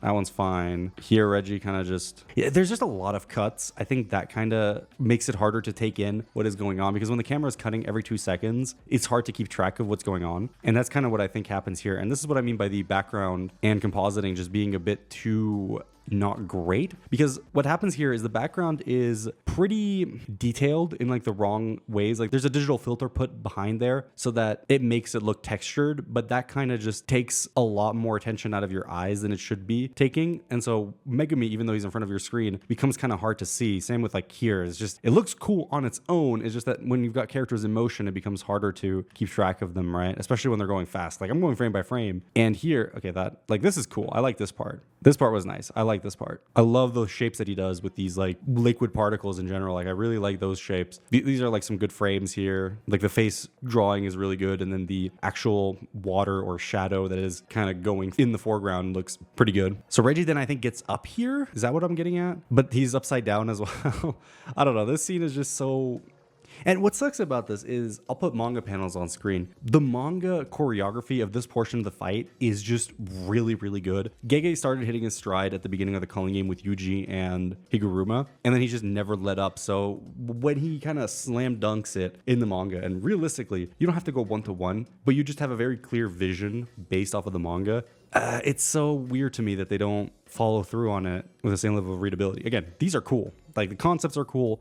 The drawings themselves are cool. It's just when you play it in normal speed, it becomes very hard to actually see what's happening. And because they're becoming such blobs with almost no restrictions, it's veering too much into heavy stylization at the cost of readability, which is a no-go. And then here he like kicks him down, but he's going through like parallel or like sideways. This cut I think is fine. Yeah, that's fine. That's also fine. That's fine. This next part I didn't like. So the Nues fly and then the cars just like appear, which is fine because it's Reggie's technique just makes them appear. But then I think we just hard cut into the cars in the water. Yeah, basically. And then boom, there's like electricity. So my read of it is like he used the cars to knock Nue down into the water and just like crush it. And that's why it's like going electricity like this. I don't know. And that's the end of the cut. Look, it's largely fine. It's just that when you've got, you know, scenes like this or like this, and then you get this, it becomes harder for me to be like, oh yeah, this is Watanabe cooking. It's more like he's kind of simmering, but still he's my goat and I know he will cook the next time he shows around. Back to the video. The rest of the fight was actually pretty good. One of the things that they were doing in the fight that I liked a lot, and I think some people probably were losing patience a little bit during it, but I don't know, I found it good, was there was a lot of just dead air where the characters are just struggling. The way I would describe it is it was JJK's version of a Dragon Ball beam struggle where Reggie and Megumi holding onto the weight of the house and the elephant, or not the house, the elephant and the cars was like, I'm holding this, he's holding that. And it was just like cutting between the two of them, showing just how heavy these, you know, weights are as the narrator is describing this. And it really felt like a Dragon Ball beam clash where it was so long, but I kind of liked it. I kind of dug that. And then when Reggie's leg snapped and under the weight of Max Elephant, they played it a little bit for laughs, which I found kind of strange. I don't know, it was tonally a bit mismatched. It's just like he's holding this elephant, he's like contract recreation, and then crack, just long shot away from Max Elephant, just a crack, and then boom, he's going down in the water, which was a strange decision, but I found it funny. And then Megumi, when he's like, I'm gonna wait a few more moments to make sure that he drowns, it's just played out like he's sitting there waiting, which I thought was cool. I actually liked that. That was another instance of them maintaining a scene where nothing is effectively happening, like visually, but it made that scene very tense, and therefore I thought it was a good use of just having the camera on Megumi as Reggie was drowning underneath him. And then obviously he gets rescued by the cars, summons his house, and there's one shot that I like where it's tracking the house as it's falling on Megumi, and once it gets close enough, you can see Megumi through the window of the house because the camera is effectively placed inside the house, which, you know, Goshozono storyboard's gonna Goshozono. But then boom, we are in water again, and this time it's like the real water, because what actually happened was Megumi dissipated his domain and used the impact of the house hitting the floor to break the ground, and then boom, they fall into the pool. And because Megumi has the weight of all the cars still within him, he's able to choke Reggie into the bottom of the pool, which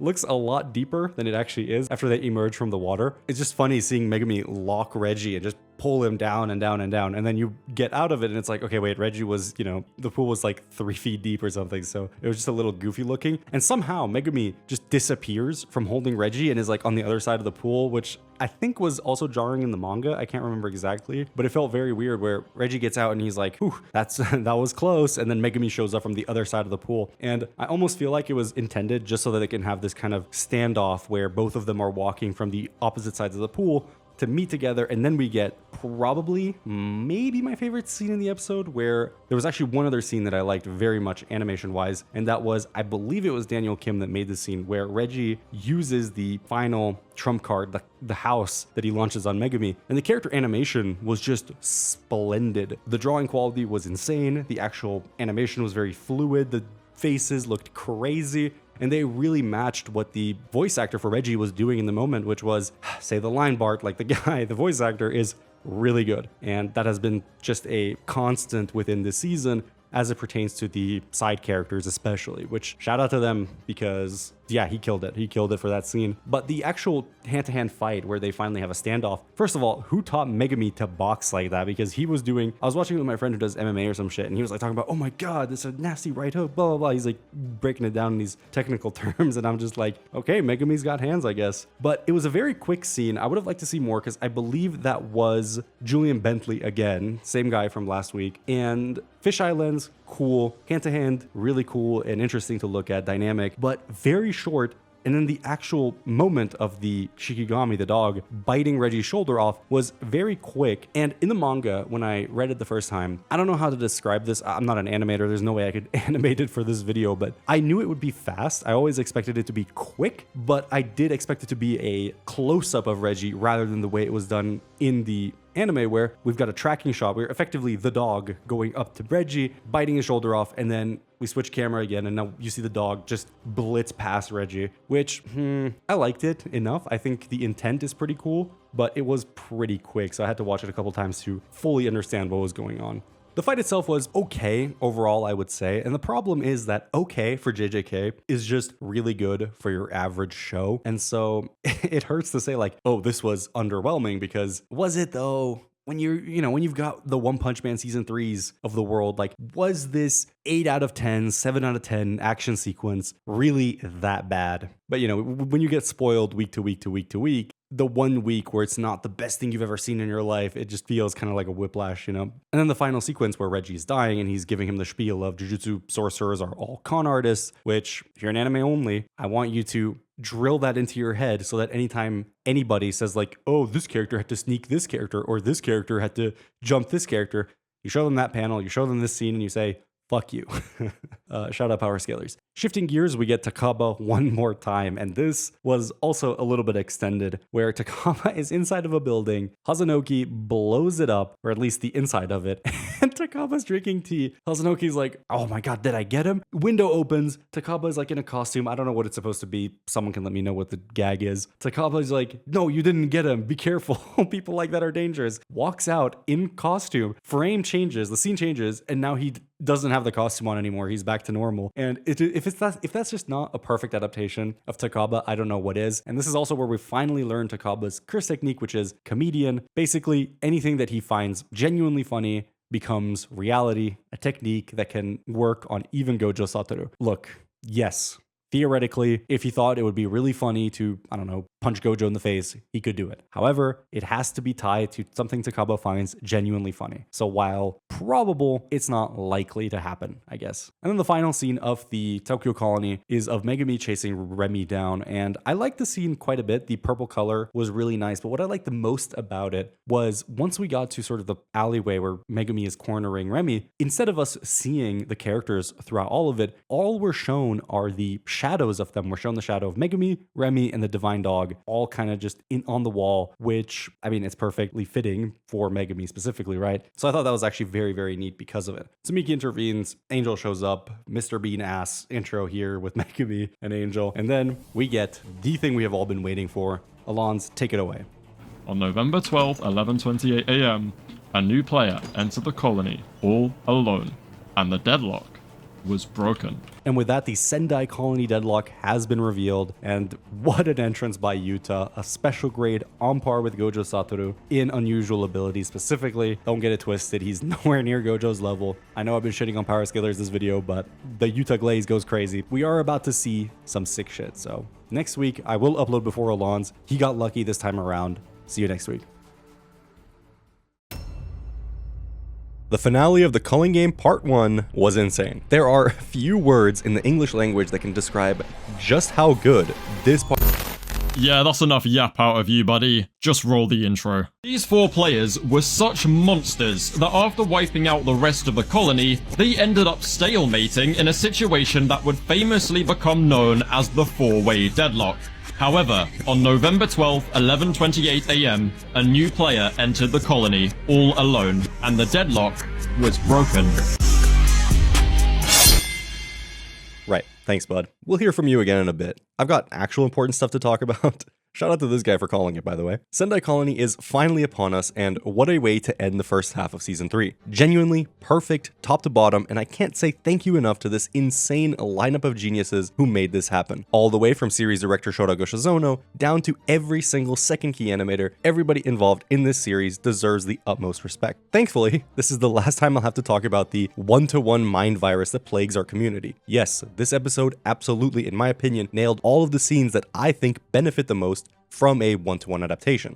Generally, I'm all for the anime doing its own thing because it leads us to getting episodes like the premiere, and in terms of visuals and atmosphere, that's an episode that still remains near the top of the list for me based off of vibes alone. The scene of Yuji getting stalked through the buildings, him getting chased by curses, the never-ending staircase, these are all moments that either didn't exist in the manga at all or were heavily improved upon in the anime. With that being said, by the time Gege got to Sendai, he really unlocked 120% of his skill as a mangaka. In my opinion, some of the ideas and storyboards in this arc are too good to pass on. And I'm happy to report that Choso and crew understood the assignment. I won't get into a frame-by-frame breakdown today like I did in the last few videos, because genuinely, I want to break down the entire episode, start to finish. Normally, not a big deal, but I gotta travel early in the morning, and I'm not about to risk it with Papa Shueisha, so I'm relegating the breakdown to a second channel video. Make sure you subscribe to it. One thing that I've enjoyed about the Culling game thus far is that each colony brings with it unique fights, characters, visual spectacle, and most importantly, narrative depth. Yuji's battle against Higuruma needs no introduction. A phenomenal supporting character that pushes Yuji not just physically, but mentally as well, bringing to the spotlight all of the horrors that Yuji has committed, resulting in one of the best moments in the entire story. A tragic admission that serves as the perfect climax to what I'm gonna call Yuji's depression arc. It's just perfect. Reggie, on the other hand, isn't nearly as involved with Megumi as Higuruma is Yuji, and while Yuji wins over his opponents through compassion and understanding, Megumi cuts his down through deceit. Unwilling to let anyone get in the way of saving Tsumiki, there's a reason Gege puts Megumi up against a band of ruthless past sorcerers, plus a Remy to further highlight the distinction between the two of them. So while Reggie doesn't have that same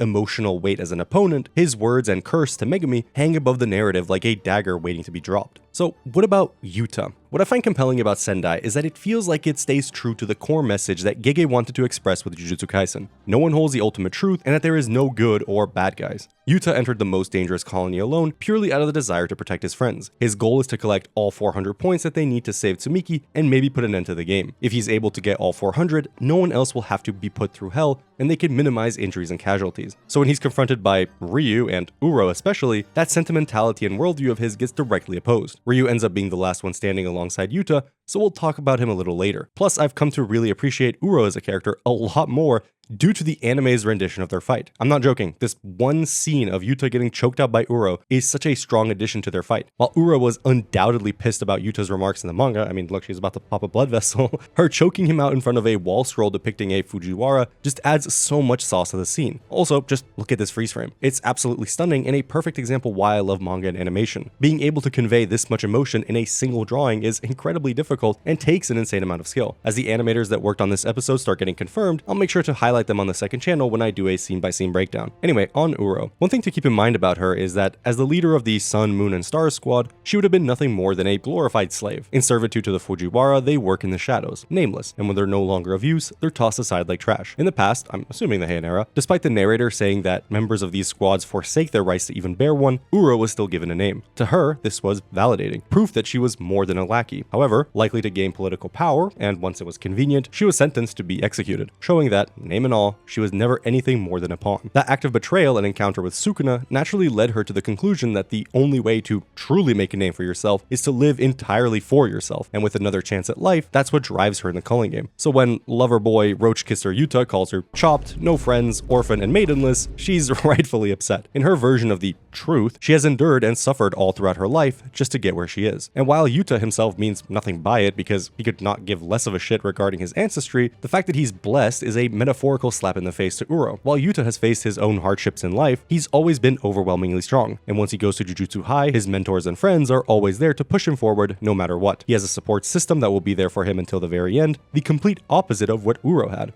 So while Yuta isn't inherently wrong about the fact that Uro is kinda crazy, going around killing people in an age where we have cool shit like toilet seats that stay warm and wash your ass for you. No, seriously, I'm in Korea right now and these bidets are life-changing. I'm gonna find a way to bring one of these on the plane ride with me. What was I saying again? Oh yeah, Yuta is only right insofar that the times have changed and the world itself is different, so he's unable to empathize with Uro at first. After all, these people in the Culling game come from vastly different eras with vastly different norms and ethics, plus everything has been thrown into chaos by Kenjaku. Speaking of different eras, Ryu. Ryu is undoubtedly the GOAT. Genuinely, he's the one player in the calling game with the most sauce. 1, he looks like a mix between Josuke and Dandy, and 2, his technique boils down to Kamehameha plus super strong punches. Though if I had to get a bit more into it, what I really like about Ryu is that he embodies, to a lesser extent, the trope of loneliness at the top. Based off of what he says to Yuta, it's likely that Ryu was either the strongest in his era or at the very least one of the heavy hitters. Literally. Given that he says his life had no dessert and only Yuta was able to fill him up, pause, I don't think he died fighting someone stronger and instead took up Kenjaku on his offer to reincarnate at a later point in time. Why does any of this matter? By the end of the fight, we've got 2 combatants left. One that desires nothing more than to have his fill fighting someone worthwhile, and the other only fights for the sake of others. However, instead of fighting Ryu in a way which would give him the highest chance of a clean victory, Yuta's eyes meet Ryu's, and for the first time,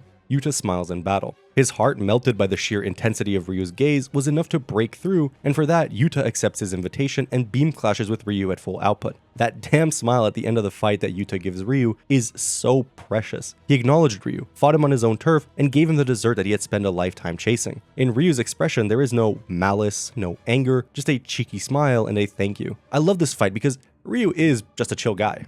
Well, if you excuse the fact that he doesn't give a fuck about civilians caught up in the crossfire and started the fight off with sneaking quote-unquote Yuta. Kinda hard to get caught off guard when there's a giant fuck you level laser beam chasing you around the map, you know? But it's when Yuta gets to the rooftop where Ryu says genuinely one of my favorite lines because of how silly it is. When Yuta remarks with, "Let's get in close," Ryu responds, "Do you tell a kid in front of a feast to calm down and eat slow?" The obvious answer is, yeah, no shit, wouldn't you? And I don't know what it is about it, but this interaction has lived in my head rent-free for so long because it is so goofy. He makes up a stupid hypothetical, gets called out on it, acknowledges that it was dumb, lights up a cigarette, and then proceeds to give us the SparkNotes version of his life story. Giga Chad. And hearing it finally voiced in the anime, man, have I mentioned how much I love the show enough? Well, I need a break from all this yapping. Alon's, take it away. Hello, John Sendai here to break down what I think is probably my favorite episode of Jujutsu Kaisen, Yuta Koto vs Sendai Colony. So first of all, there's the 4 pillars of what makes this episode, as good as it is. The ridiculously strong art, the OST, the sound design, and the voice acting. These things are basically like the seasoning that you put on the foundation of the episode to elevate it and get it to that 10 out of 10 tier. But those are things that I do want to talk about real quick, because art-wise, the drawings are ridiculously strong. The colors used and the way they contrast between all of the different players in this fight are really, really cool. Like the clashing of the beam struggle at the end, for example, is unlike any beam struggle I've ever really seen. It was just visually beautiful to look at, even if not much is actually happening other than colors clashing, right? And then there's the fact there's no ridiculously overwhelming or overbearing Sakuga like there was in the last episode. This episode was very grounded. You could really follow all the motions. Sure, it was very fast-paced, but it was really well choreographed, and the drawing stayed very solid for the most part, right? And this was helped a lot by the 3D environment. So for example, at the beginning of the episode, we see Yuta diving towards Kurorushi, and then we see him bouncing off the 3D buildings to basically escape Kurorushi's insanely upscaled swarm of cockroaches in scenes that remind me a lot of how Wit Studio and Mappa used to animate Attack on Titan's ODM movement scenes. So instead of like normal JJK fashion where things would get very fluid and fast-paced and almost kind of like Utapony in the movement, it stayed very solid, the drawings stayed completely as they are, and we used these 3D structures and really fast camera kind of movements to make Yuta look as if he's moving like he's on ODM gear, right? This exact frame when he dives towards the cockroaches reminds me of Levi in the finale, for example. That was something about the movement that I really liked in this first part. And then there's the OST.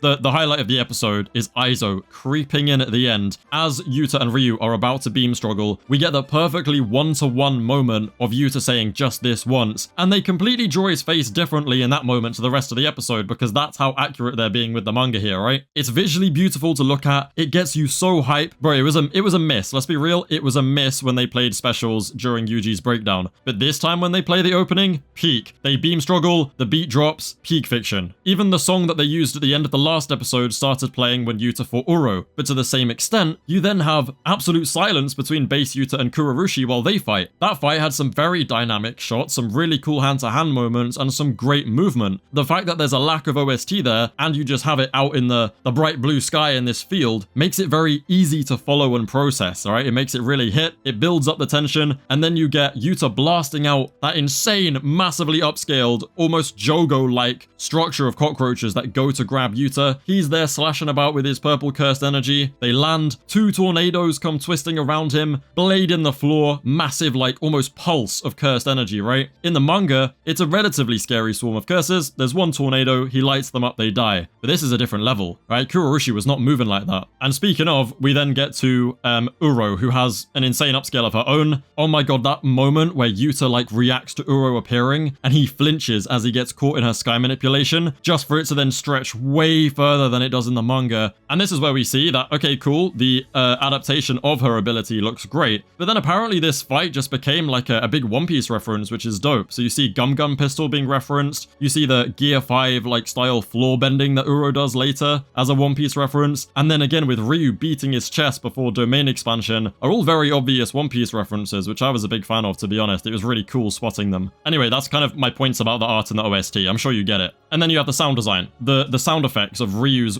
granite blast, the little lasers and the big massive laser and the spinning laser and the ones that move. They all have very subtly different JoJo's or Fire Force like laser sound effects, which are just, I don't know, just fun to listen to, right? And then last but not least, every voice actor killed it, but Ryu Ishigori in particular elevated his character to the next level. The way that Ryu is like so kind of nonchalant and passionate throughout the whole fight, the way he just whips his hair back and tries to make it neat again, while Yuta just goes, nah, I'm gonna throw a train at you, and he's like, no, wait, hold up, and he fixes his hair anyway. Oh, it's amazing. Sorry, I realize I start talking about the rest of the stuff. But yeah, art, OST, sound effects, voice acting, those are the 4 pillars that really just are all 10 out of 10, and they just elevate the episode massively. But the base of what makes the episode good, all the one-to-one scenes are biblically one-to-one. They are so one-to-one. Yuta putting on the ring, Yuta kissing Kurorushi, Yuta recovering from Ryu's first granite blast, the domain expansion panel, Yuta saying just this once. They are literally all manga panels that have been colored in and animated. That moment at the end where they're going hand to hand, there's not even any motion in this frame. It even does the background the same. It's just a manga panel, but they fit it in so well and fill in the space with these crazy anime-only extensions and upscales that just make it a perfect balance. This is how to adapt an episode from manga to anime while maintaining one-to-one and having creative freedom perfectly. It's done so well. Choso and Miso cinema. I think Yuta versus Ryu specifically really got me going. The part where he imbues a pole with cursed energy to then use it to fight Ryu in this insane hand-to-hand sequence, that really does display just how elite Yuta's hands are. Like, everyone underrates Yuta's hands. He has mad tech when it comes to fighting like that. And at first I thought they removed that scene where he like, you know, blocks the granite blast with his hand. Instead, he just blocks it with the pole, gets his hand burnt, uses RCT to heal it, and then later on punches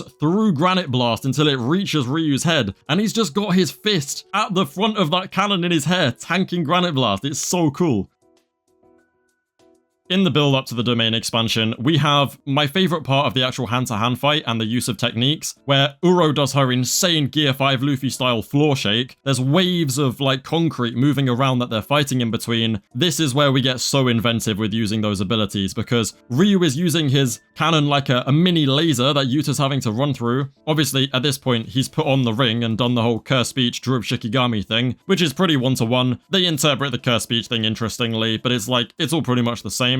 And then we see, you know, Yuta and the Gauntlet fighting with the little mini laser Ryu. Ryu draws a circle round them to create an arena that they have to fight hand to hand in. That's not even the best bit though. The best bit is when Rika and Yuta surround Uro, so she just drags a line across them with sky manipulation, causing Rika to punch Yuta out of the way. And then when she slams Uro in retaliation, Uro goes flying across the city, but before she can hit a building, she uses her technique to literally create like this weird kind of redirection that allows her to, instead of crashing into the building, flying back up into the sky, and I thought that was so cool. As I said, domain expansion, I'm not even going to say anything about it. It's one-to-one. The build-up is immaculate. The OST is perfection, and then it calms down a bit. We get the emotional thematic moment between Ryu and Yuta in another one-to-one thing. Aizo Aizo was written. That song was written for this fight. Love me, kill me, kill me. That song is genuinely, it has just been written for Ryu versus Yuta. And then, yeah, they have the final fight. It's a lot clearer than the manga about what actually happens. Obviously looks incredible. And we end things up by seeing Heian Era Sukuna for the first time since season 1 in a completely different style. And then we get a little teaser for next season with the other characters before the episode ends. Peak Fiction, my favorite episode of the show. Let's get back to the conversation segment.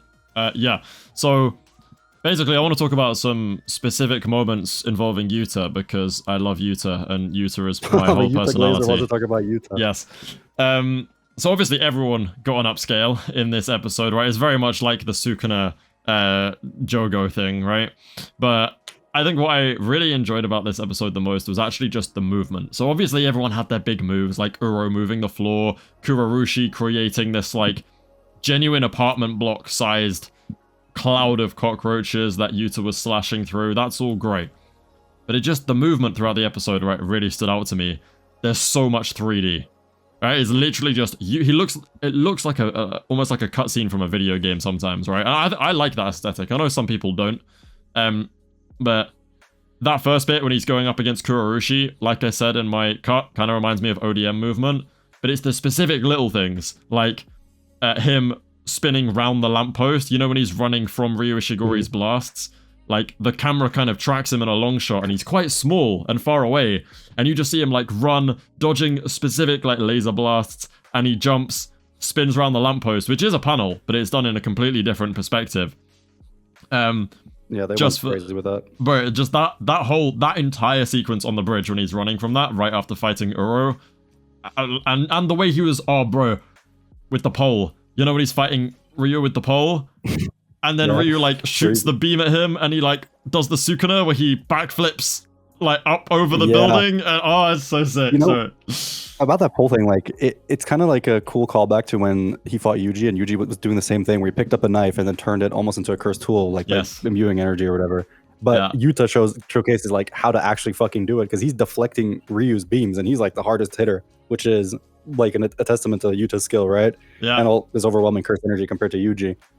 But for me, it's not even just that the visuals were fucking sick in terms of like the upscale. It's more from a narrative level, right? Because Sendai is supposed to be like the most vicious colony with fighters that are on par with Kashimo, for example.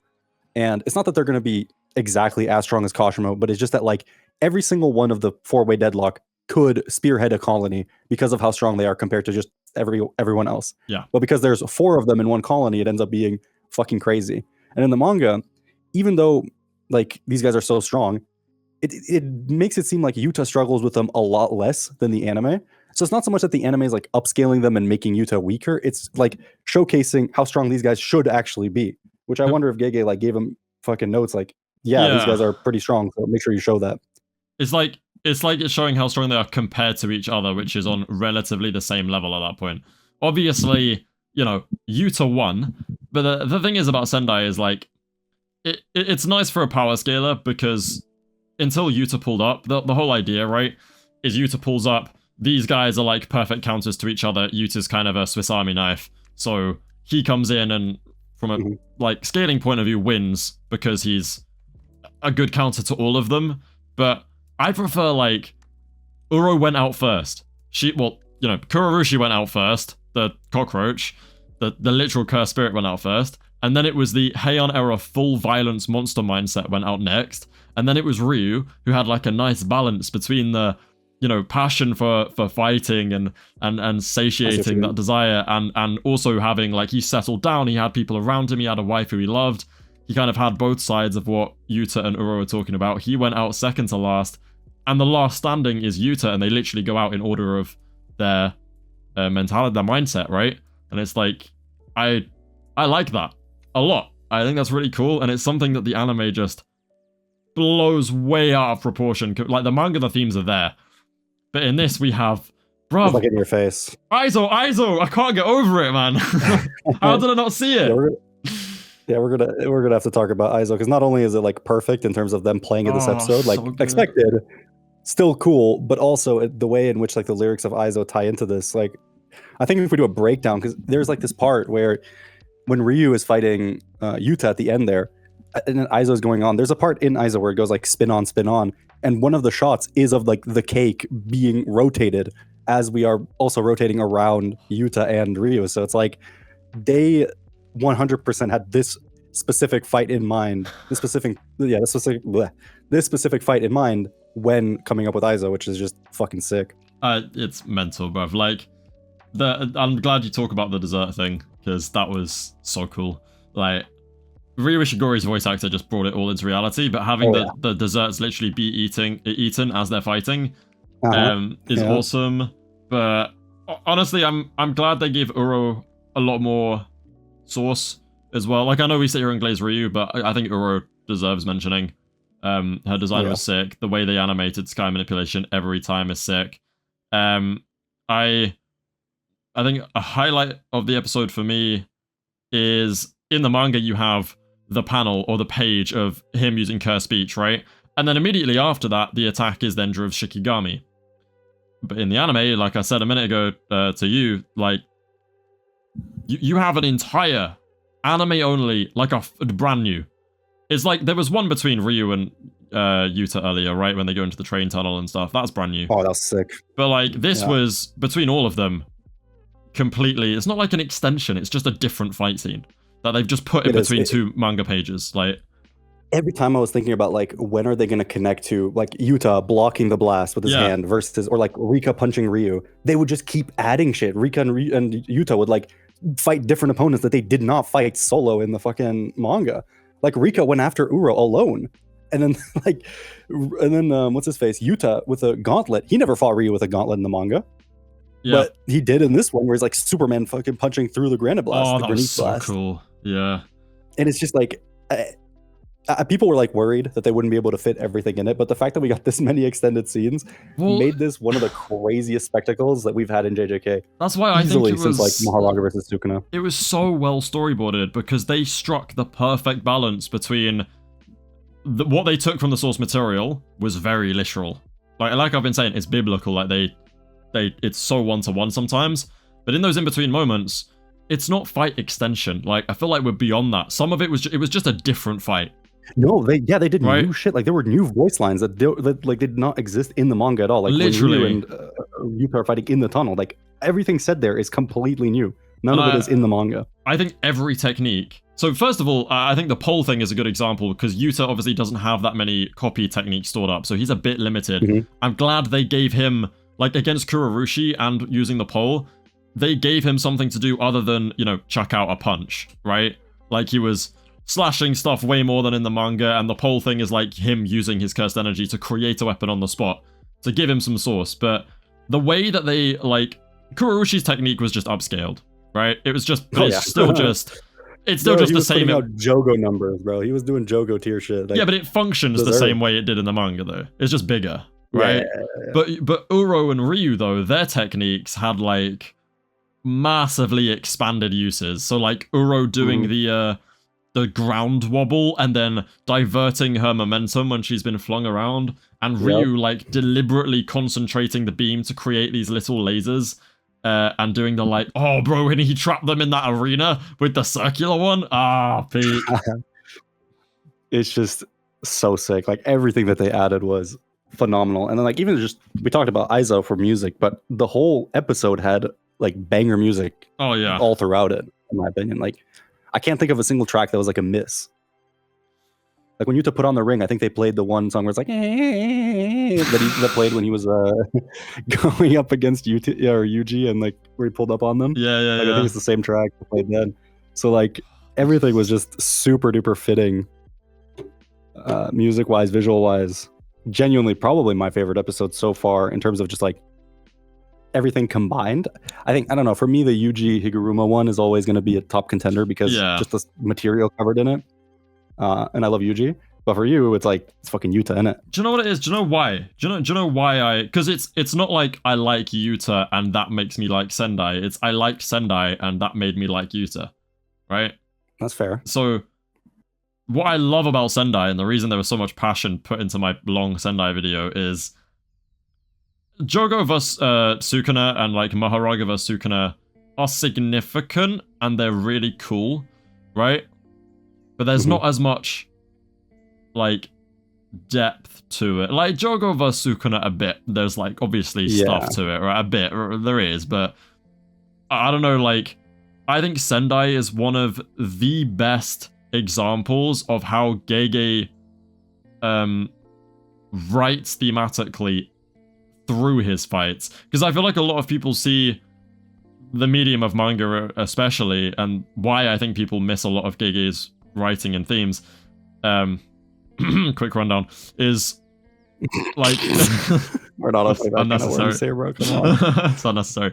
But they're normally, I think they're used to like fight, story and development, and then fight. But whereas like Gege writes the themes and such in the fight, he does it using the fight as a medium, and I feel like that's Sendai was like one of the best times he did that. The only thing I can think of better is honestly. Well, we've recorded 11 minutes. I don't know. Do you have any like other things? No, thank you for doing this collab. Make sure, by the way, guys, tomorrow Alonso will drop, tomorrow or the day after, he'll drop a more of a in-depth look at this episode. Plus, we did watch the episode together, so we do have like live reacts to it, which will be in that video. Listen, we were geeking out for like 28 minutes straight. Like I had my head in my hands, bro. I was just shook from what I was seeing in the fucking episode. I'll select a little highlight reel that we'll put at the end of this video to tease them a bit. Right. But yeah. Holy plot twist. Yeah, that was fun. Yeah. All right. Enjoy the little highlight reel, guys. Check out Alon's, and we'll be back. Peace. Oh my god. Oh my god. What the fuck is that? Hello? Oh my day, bro. Oh my god. It's so peak. Oh, so peak. It's so peak. I can hear it! I can hear it! That's what I knew! Oh, I forgot that was coming!